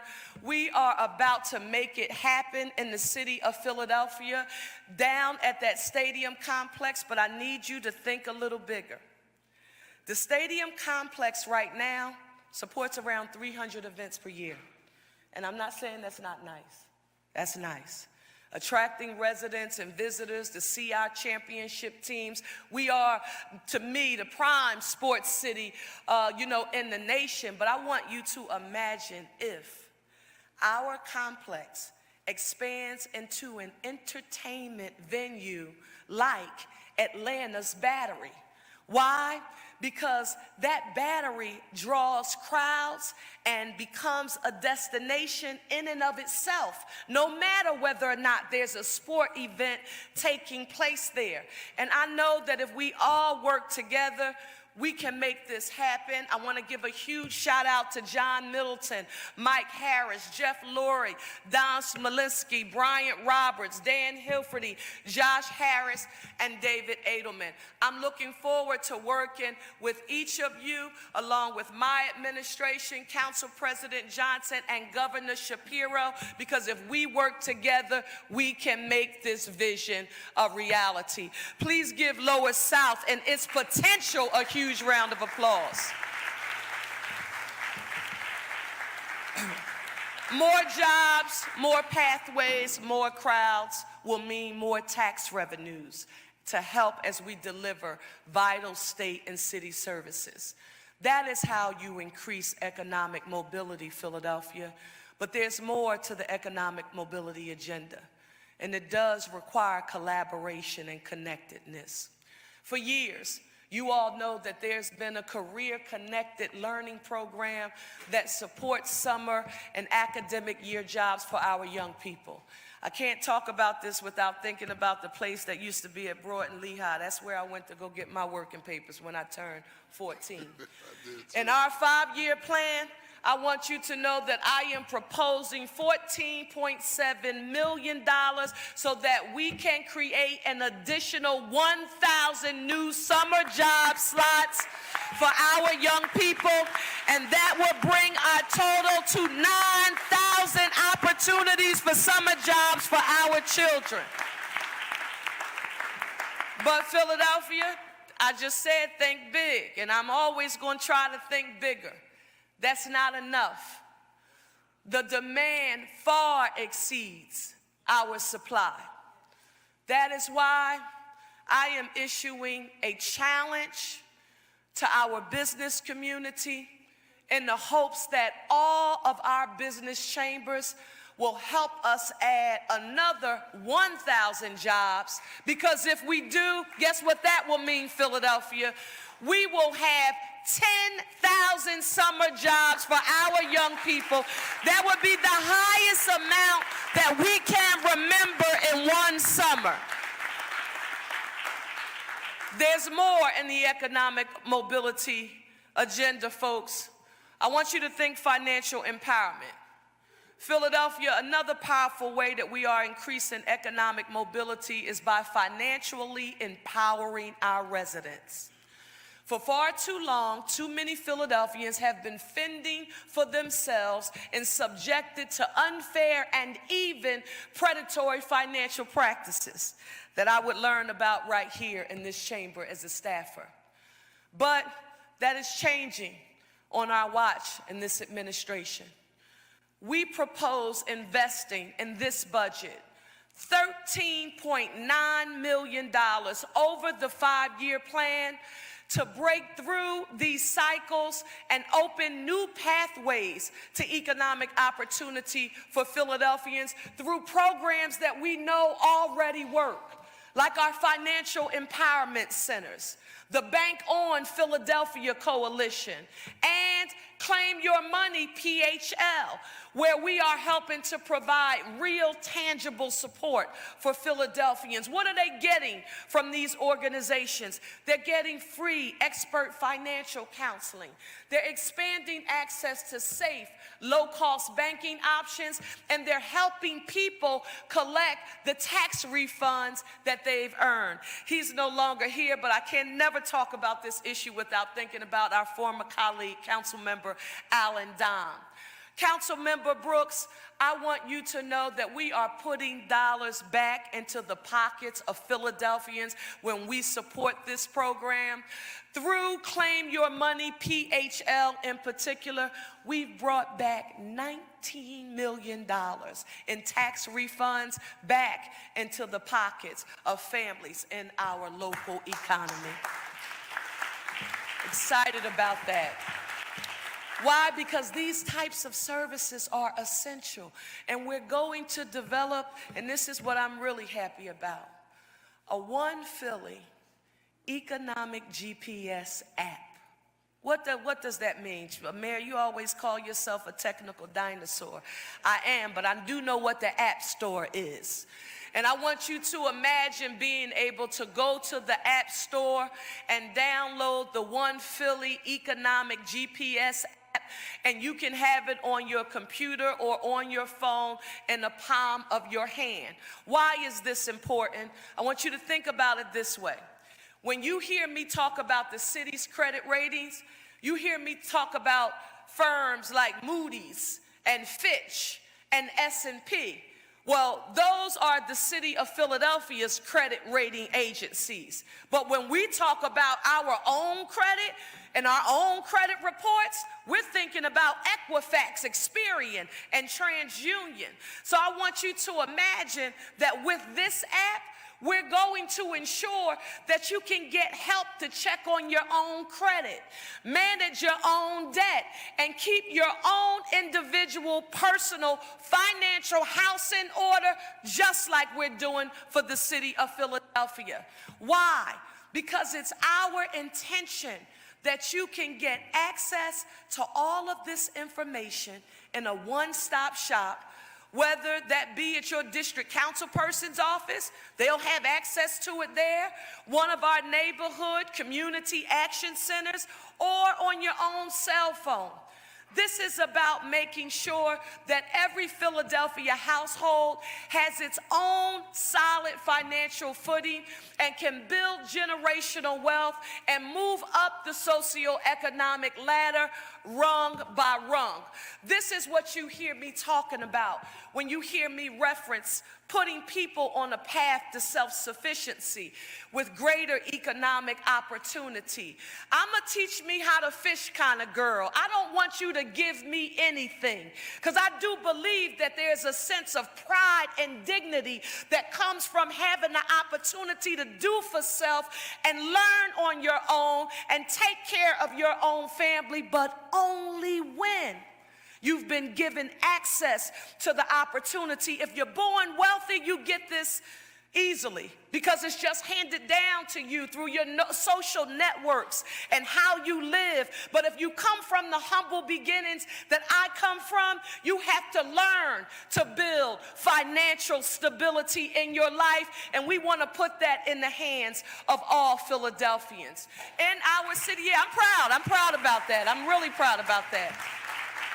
In Philadelphia, upward economic mobility, it shouldn't be the exception. It must be the expectation.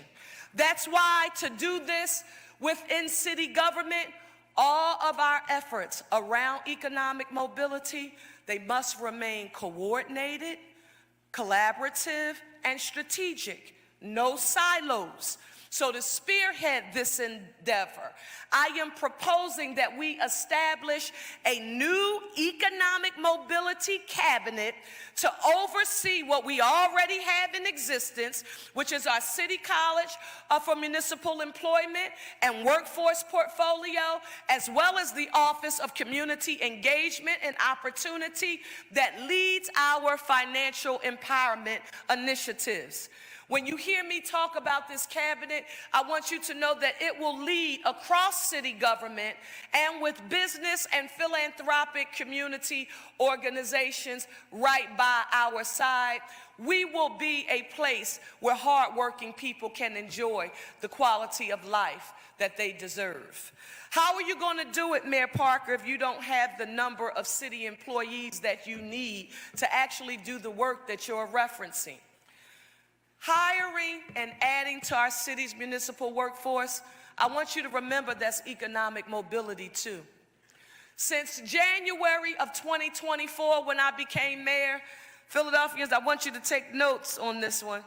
When I became mayor, since that time in January 2024, we've added over 2,000 net new city jobs, and that is not by accident. I am proud of that. How did we do it? I want you to know that it is the result of tireless coordination to find and hire talented people who want to serve Philadelphia. with good jobs, strong salaries, and real benefits. So let's talk about that access to economic opportunity. Guess what? You can't get to it without safe, reliable transit, because that is the bedrock of economic mobility. That is why our One Philly, One Future budget delivers an historic almost $900 million investment in SEPTA over the 5 years. Yes, we're excited about that. We're excited because we know that public transit is essential to our region's future and to economic mobility for our residents and businesses. And Councilmember O'Rourke, I don't know what you were thinking when we met, but I hope on today you see that for the 3rd year in a row, we are proposing to continue our investment in the Zero Fare program, $25 million to help low-income Philadelphians by providing them with free SEPTA passes. That's what we're proposing.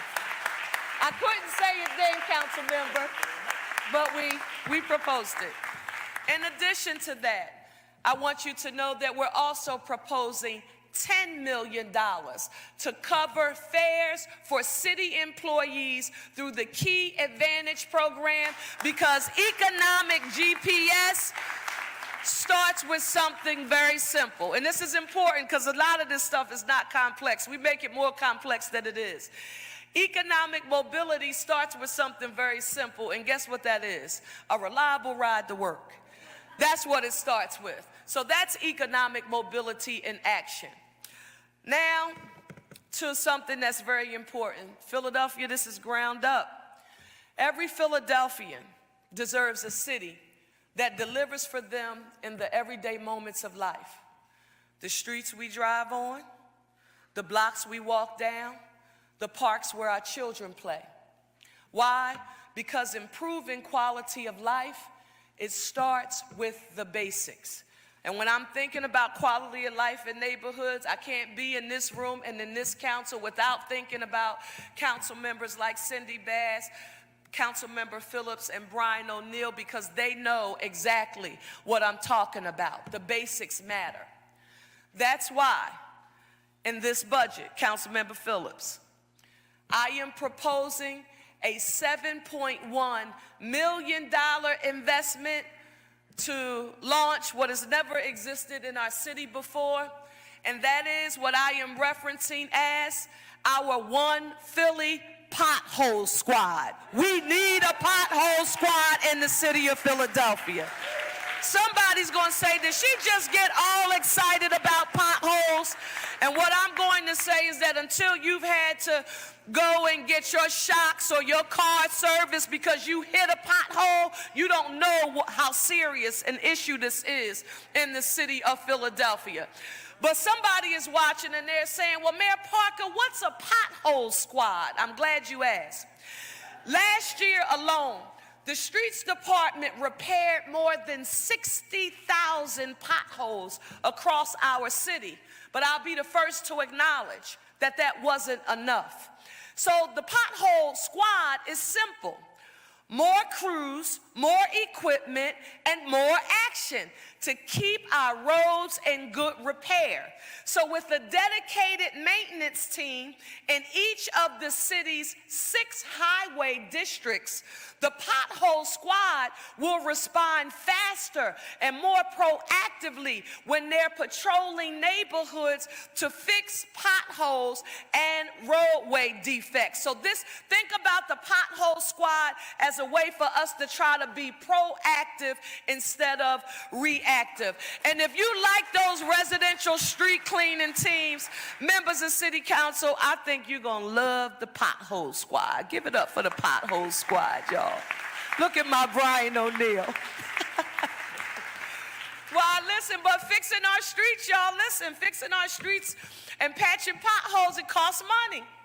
So in this budget, we are proposing a new retail delivery tax of 25 cents per order on certain goods delivered in Philadelphia, and it would start July the 1st of 2027. And the tax will be charged to retailers. So we're not taxing individuals. We're talking about the retailers. Why? Because essential delivery items, I mean, we think about some firms, they have changed commerce in the way we do business in the city of Philadelphia. But we do want you to know that with how we do business in mind, the tax that we're proposing, it excludes certain items like food, baby products, medications, and medical devices. Those items would not be subject to the tax. But when we implement it yet next year, the tax is expected to generate $15 million annually, with the revenue dedicated to improving road conditions across the city of Philadelphia. In other words, Philadelphians, I want you to think about it like this. Businesses that rely on our streets for deliveries, very simple, they'll have to help us maintain them. We have more cars on the road doing the business because they're in business. We have to take care of our infrastructure, and we will get a contribution from those industries. And it does make sense to me, because traffic safety, it is just as important. And that is why when we're thinking about the pothole posse, I also want you to think about safety, because potholes impact safety. And through our capital program this year, I want you to know that we are committed to investing $30 million for Vision Zero strategies to make our streets safer for everyone.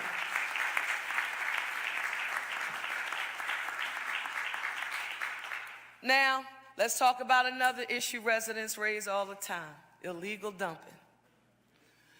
Dumping on neighborhood blocks isn't just the eyesore. It damages quality of life and disrespects communities. That's why in this budget, and you know we already launched this, we continue to strengthen our One Philly illegal dumping task force. Now, since launching this effort, we've issued 105 violation notices. We've cleared 88 enforcement cases, and we, the city of Philadelphia proper, we have secured $3.5 million in judgments against the people who are illegal dumpers in the city of Philadelphia. Councilmember Lozada, I know you agree with us that we are sending a clear message that illegal dumping will not be tolerated in our city of Philadelphia. And that is extremely important to us. As we clean up our neighborhoods, we are also investing in how Philadelphia looks to the world. I want you to think about it this way. Winter is fading. Well, I was hoping it was fading, and then somebody gave me a PTSD like move today because somebody whispered snow, and I just got nervous. And so as the winter fades, I want you're going to notice something else that's going to be disappearing. And guess what that is? The trash and debris that lines our expressways. I know you've experienced it going up and down in the highway, and you're thinking to yourself, how dirt and trash get right there?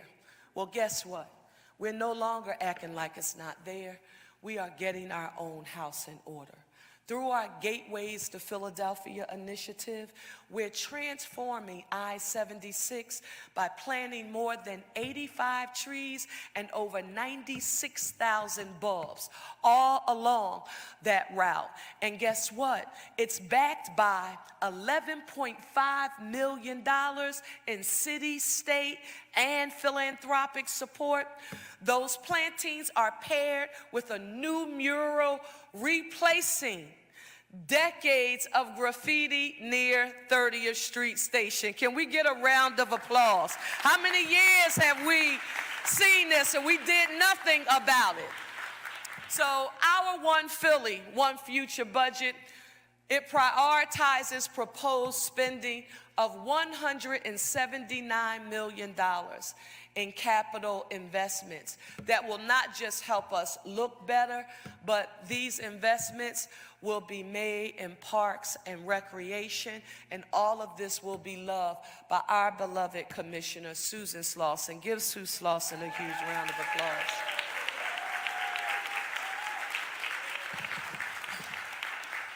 One example is Lemon Hill and Fairmount Park, where this summer thousands will gather for the region's only free FIFA Fan Festival. Councilmember Jones, you know, and Senator Hughes, you know, I know y'all jumping all this summer, but you know, this work is, it's about more than just one summer. Led by Parks and Recreation and the Department of Streets, I don't ever want you to forget this. We're investing to improve accessibility and to upgrade public spaces in that area as well.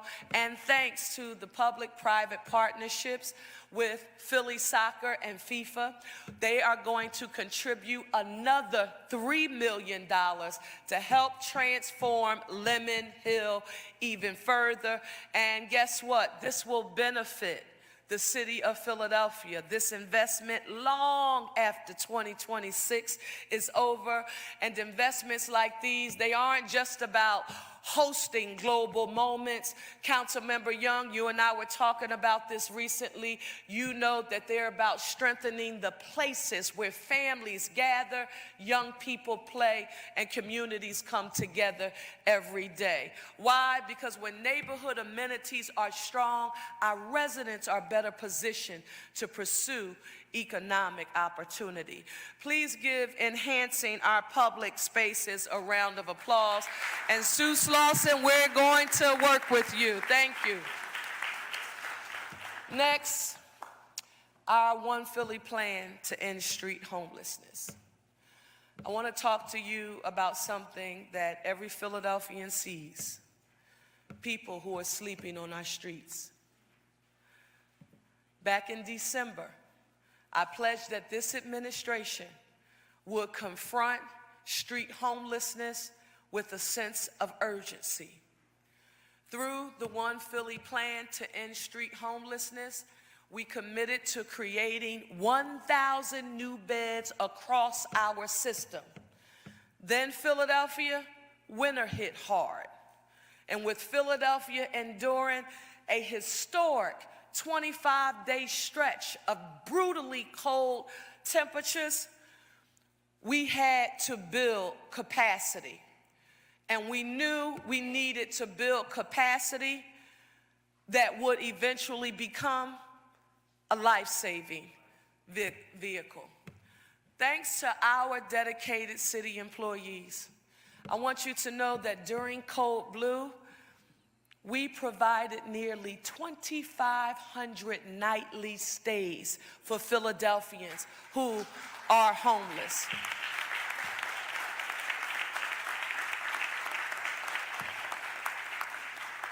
And guess what? Because we focus, Majority Leader Gilmore Richardson, on higher quality shelter, people did not just come inside. Guess what? They stayed. When people stay, that's how we can help them move forward. But we won't be able to do this alone.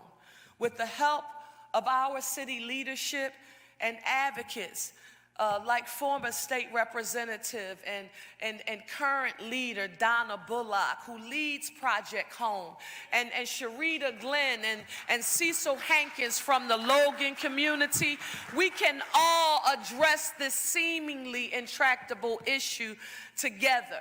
And we know that we can get it done. On this past Tuesday, as we opened Hope 220, a homeless solution center on Broad Street, I want you to know I was proud to stand behind Cheryl Hill and give Cheryl Hill and Deputy Managing Director Crystal Yates, give them a round of applause. They're my subject matter experts here. I want you to know I was proud to announce that Philadelphia, and I want to share this with you today, Those 1,000 beds that we promised, I want you to know that we have now identified the full capacity needed to meet our first goal of 1,000 new beds in the city of Philadelphia. And Hope 220, it is a part of that solution. Please give a round of applause for Hope 220. Reverend Bonnie, the Salvation Army, wherever you are, thank you.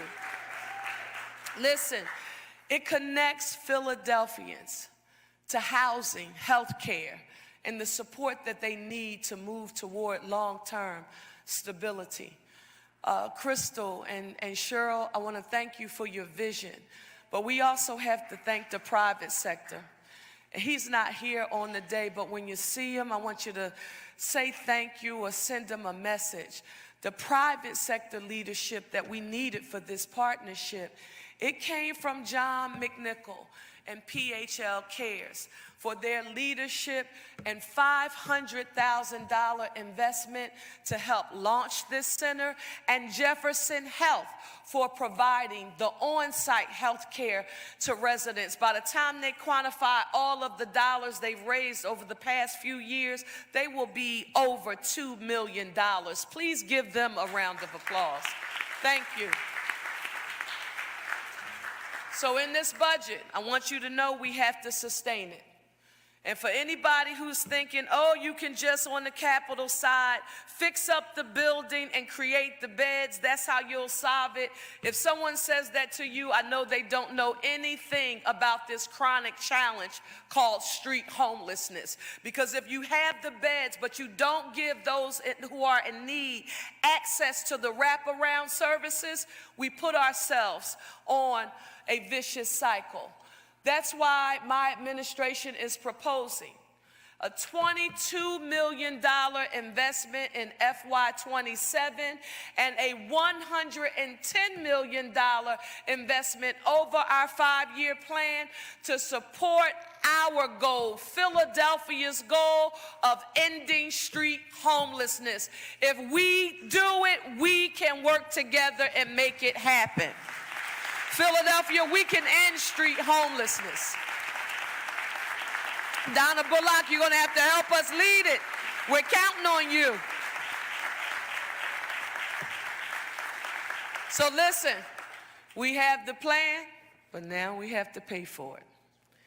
We are proposing a 2% increase in the hotel tax beginning in August. This would generate an additional $20 million annually to support these efforts. And listen, we will work with all of our partners at every level of government to pass the legislation needed to enact this hotel tax and to help our fellow Philadelphians live with safety and dignity. Now, Senator Appropriations, Chairman Hughes, someone said, well, oh my gosh, you have to get that enabling authority from the Commonwealth of Pennsylvania in order for the city to do this. I said, yes, but I want you to think about it. The Commonwealth proper wouldn't be fixing Philadelphia's problem. We would be saying, give us the tools so we could get our own house in order, like we did with that sales tax and cigarette tax. So can you give self-sufficiency for the city of Philadelphia a round of applause? That's what we're coming to Harrisburg to ask for, the means to take care of ourselves.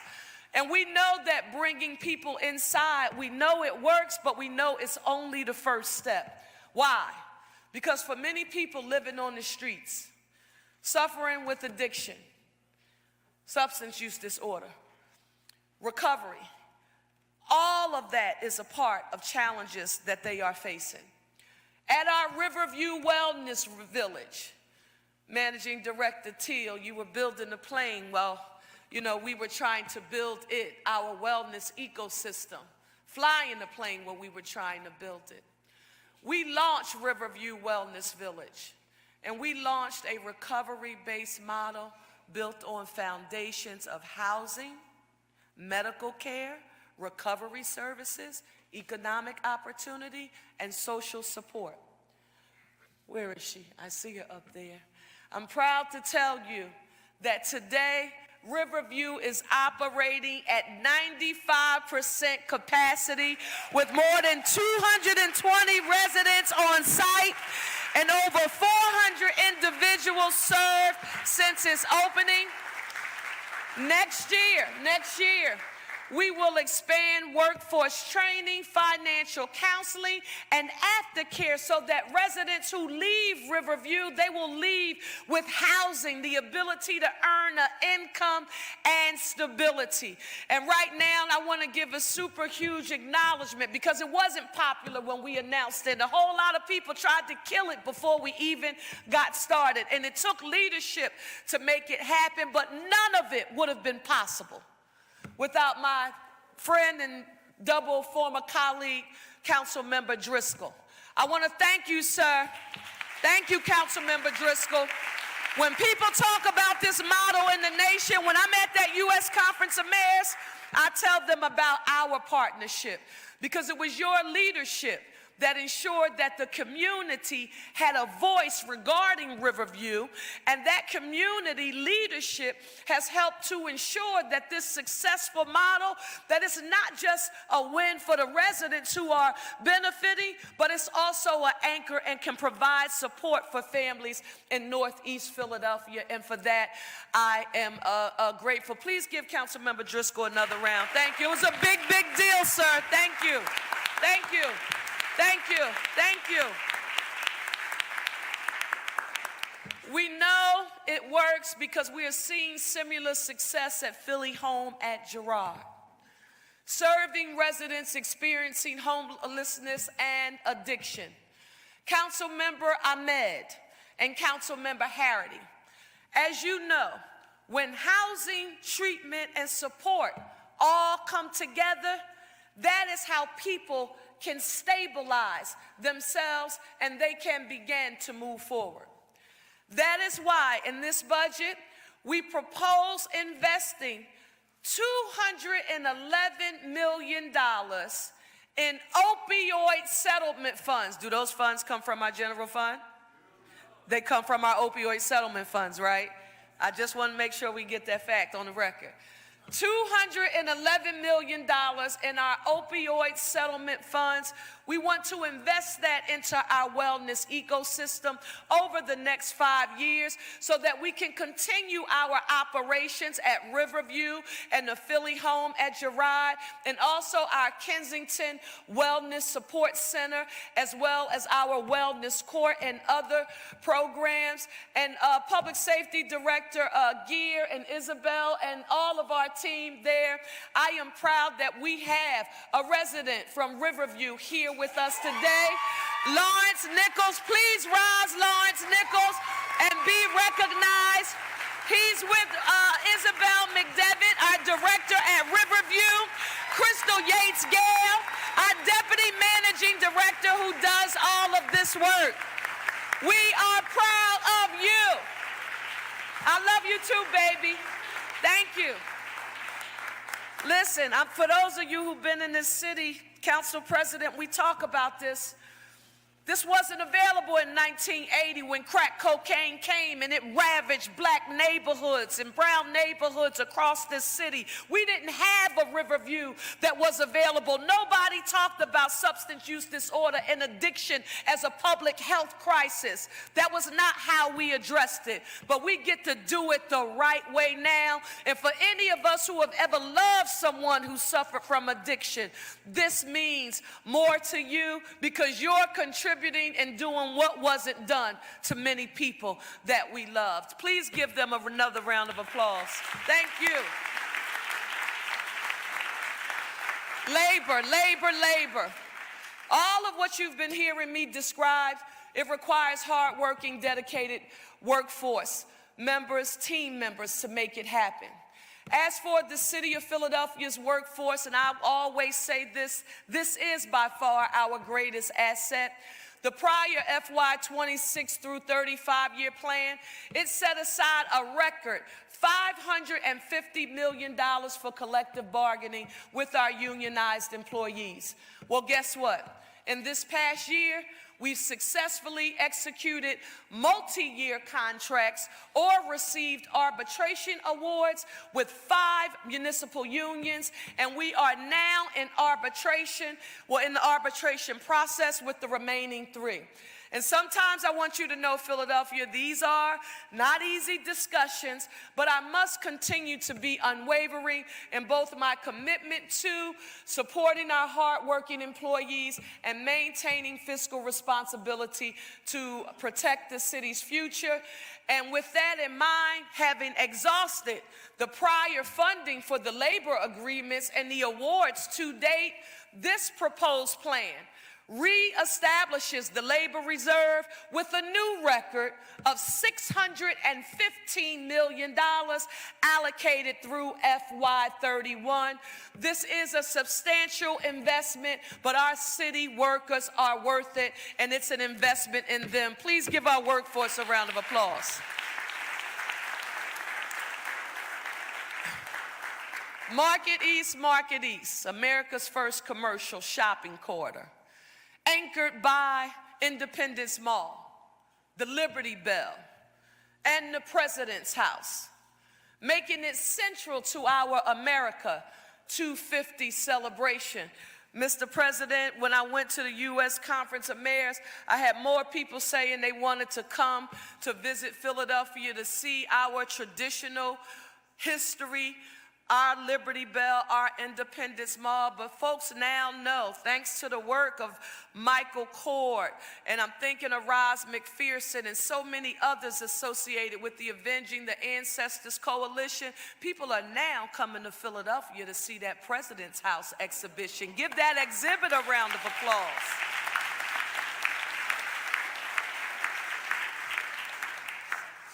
Well, so when we think about our Market East revival and the advisory committee, chaired by Philadelphia's Jerry Sweeney of Brandywine Realty Trust, I want you to know this is our effort to help chart a new path on this historic corridor. To help bring new energy to the corridor, the City of Philadelphia will support retail pop-ups, local artist collaborations, and streetscape improvements along Market East ahead of this summer's 2026 celebrations. And I want to start by thanking, because he keeps us on point, I want to thank 1st District Council Member Mark Squilla for his strong partnership in advancing this work. We don't do this without you, Mark Squilla, and I thank you. But listen, that's not it. Let me tell you about this. We're making more investments throughout the city that will enhance quality of life for Philadelphians. Everyone knows that our libraries are one of our greatest assets. Libraries serve as a lifeline, after-school care for many of our children and their parents. I want you to know that the Parker administration is proposing $33 million over the capital program dedicated to HVAC upgrades at our libraries. Nothing more frustrating trying to be hot and reading and learning at the same time. But that's not it. We're also investing in our city's amazing cultural institutions. Spurred by the leadership, and he's not here. You know, when a new administration comes, usually there's a pattern of trying to wipe away whatever the previous mayor or previous leadership, tried to get accomplished. And I said, that's petty politics to me. I won't engage in that. We're going to continue the legacy of leadership when sound, firm programs and investments have been made. So I'm proud to note that because of the leadership of our former council president, Darrell Clark, this city of Philadelphia will be continuing the city's $50 million investment to support the relocation of the African American Museum.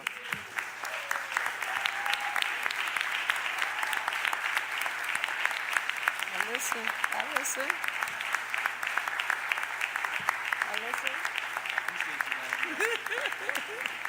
Now listen. Let's not forget about equity in entertainment. For the music fans, for the real music fans, the budget boosts operating support Now, I'm going to get a little emotional about this because, you know, I start thinking about endowments at institutions of higher learning, and you think about my little old Lincoln University, and so this one right here hits me in my heart. This budget boosts operating support for the Dell Music Center by $500,000 a year and adds $1 million in capital funding. The Dell is not a stepchild. The Dell deserves investment. So when a city chooses to honor its monuments, it has to, in its public spaces, we have to make sure that equity and access to opportunity is an essential part of our leadership. That's why one of the most important decisions I made when I became mayor. So many people talk about our commissioner, Bethel, and he's the best. They talk about Gear. He's amazing. They talk about Thompson and Fire and Renee.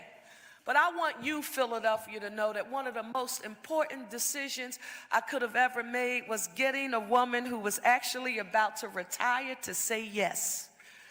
Her name is Val Gay, and she is now the Chief Cultural Officer for the city of Philadelphia.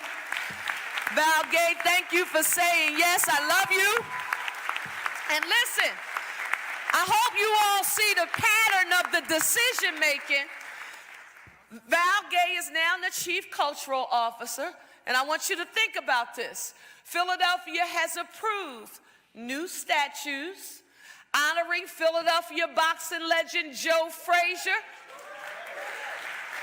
and educational trailblazer and human rights activist Sadie T.M. Alexander. I saw Blondell somewhere. And listen, this is important. Rocky will live at the top of the Art Museum steps. Give that a round of applause. Now let me say this to you. You know, where you stand on the issue depends on where you sit. I'm the mayor now, so my staff says, Mayor, you can't think the way you used to think. You have to have a giraffe view now. You have to see it all. So for those people who don't think that Rocky matters, and I've been on the phone at length with Sylvester Stallone, and if you're watching this, Sylvester Stallone, Philadelphia loves you, and we are grateful that Rocky is here. Don't you come trying to take Rocky away from us anytime.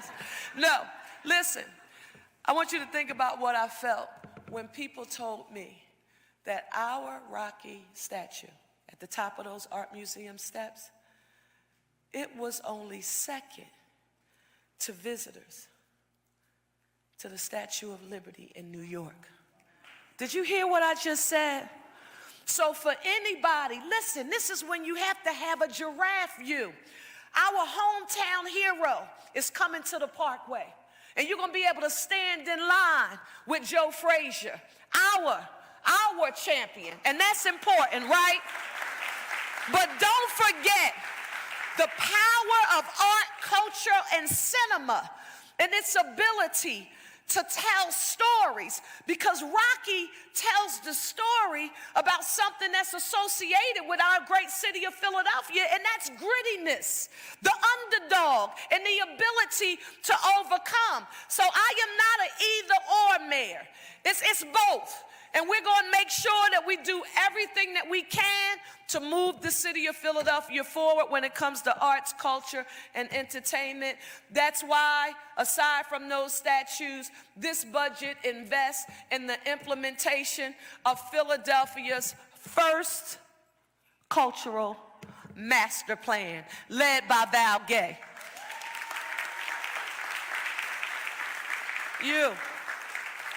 2026. We've been waiting and building towards this moment for 250 years.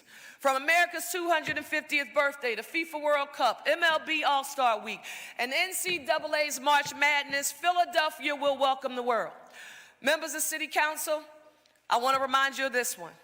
On July the 2nd, the U.S. Conference of Mayors, mayors across America, the conference led by CEO and Executive Director Tom Cochran, and incoming President, Mayor Todd Gloria of San Diego, they are going to bring America's mayors to Philadelphia. We are going to walk from City Hall to Independence Mall. We're going to view the President's House exhibit, and we are then going to hear from two globally renowned constitutional scholars at a lecture there, and I am so excited that it is all going to happen in our great city, the birthplace of democracy. Give a round of applause to all of the mayors of America who we will welcome in our great city. Next, I wish I could do this, and I tried. I asked them, could I do an executive order? And the airport staff told me that I couldn't. I wanted to develop an executive order that prevented all outgoing flights from Philadelphia from July the 2nd through the 5th. I asked, you can't hurt me for asking, and they said that I couldn't do this. And let me tell you about why. I'm excited about all of those things, but I am really excited about what's going to happen here on July the 4th. I'm looking at the lady in front of me, Giselle Jones.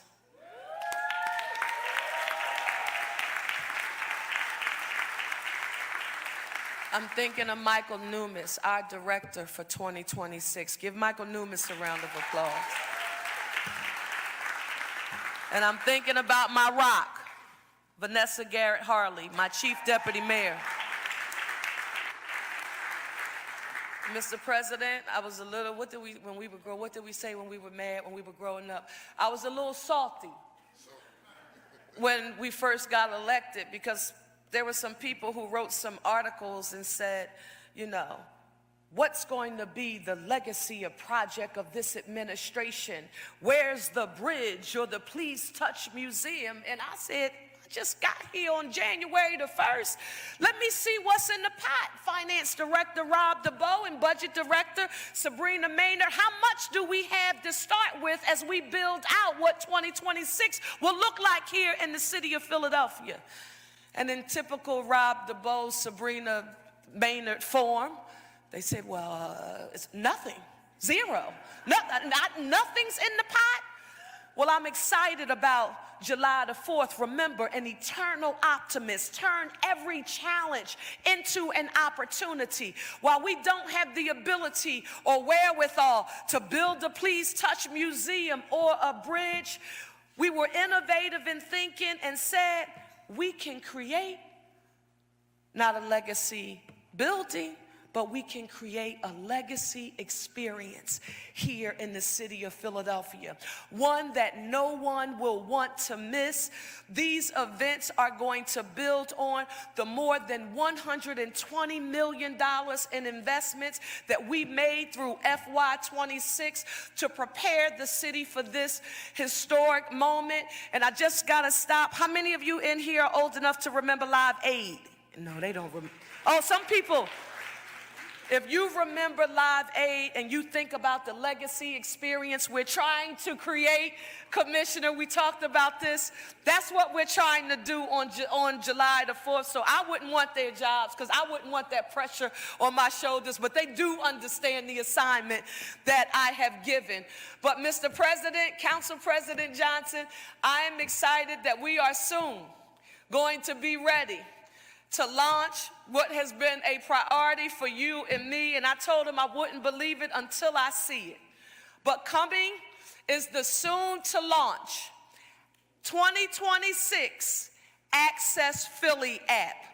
It's an app that will allow you to discover every event that is occurring in the city of Philadelphia.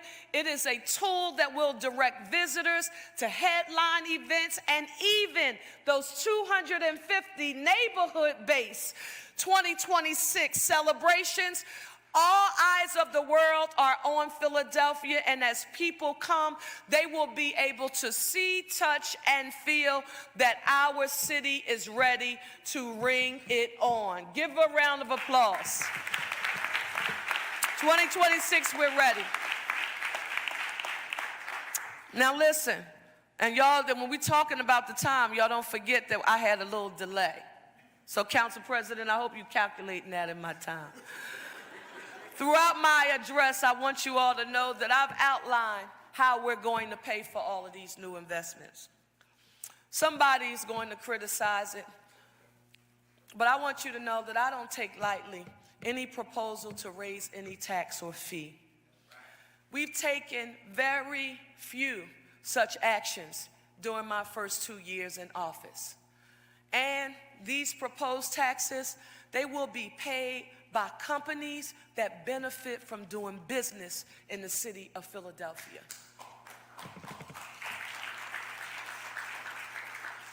I also want you to know that we've done big, bold things by working together, thinking creatively and acting decisively.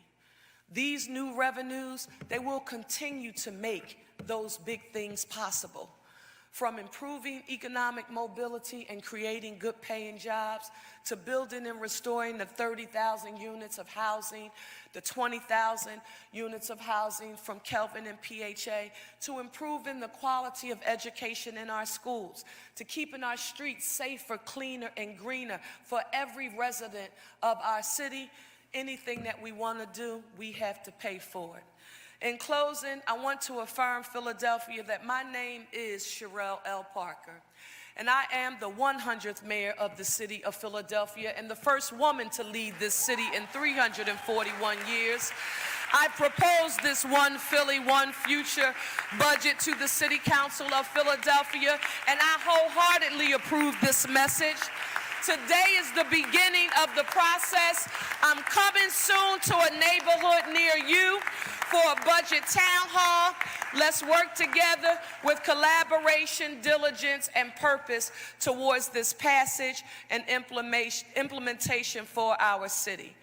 I want us to show the nation what Philadelphia is made for. And I don't even have to, let me see, before I even ask you to do it, can you just try for me? Oh, that makes me feel good. Okay. Can everybody just put one finger in the air?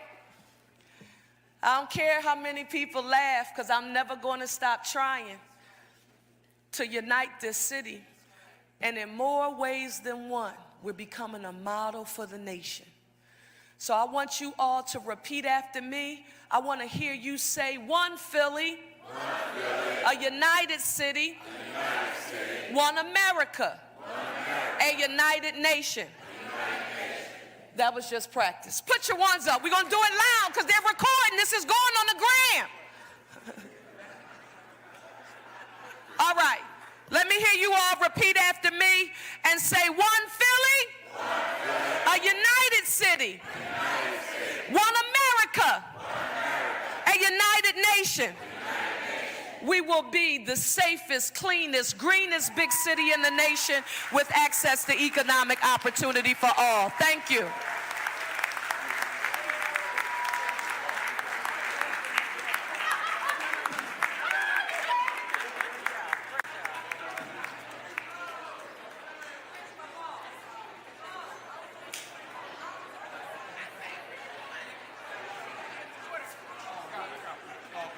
Follow the mayor. Okay.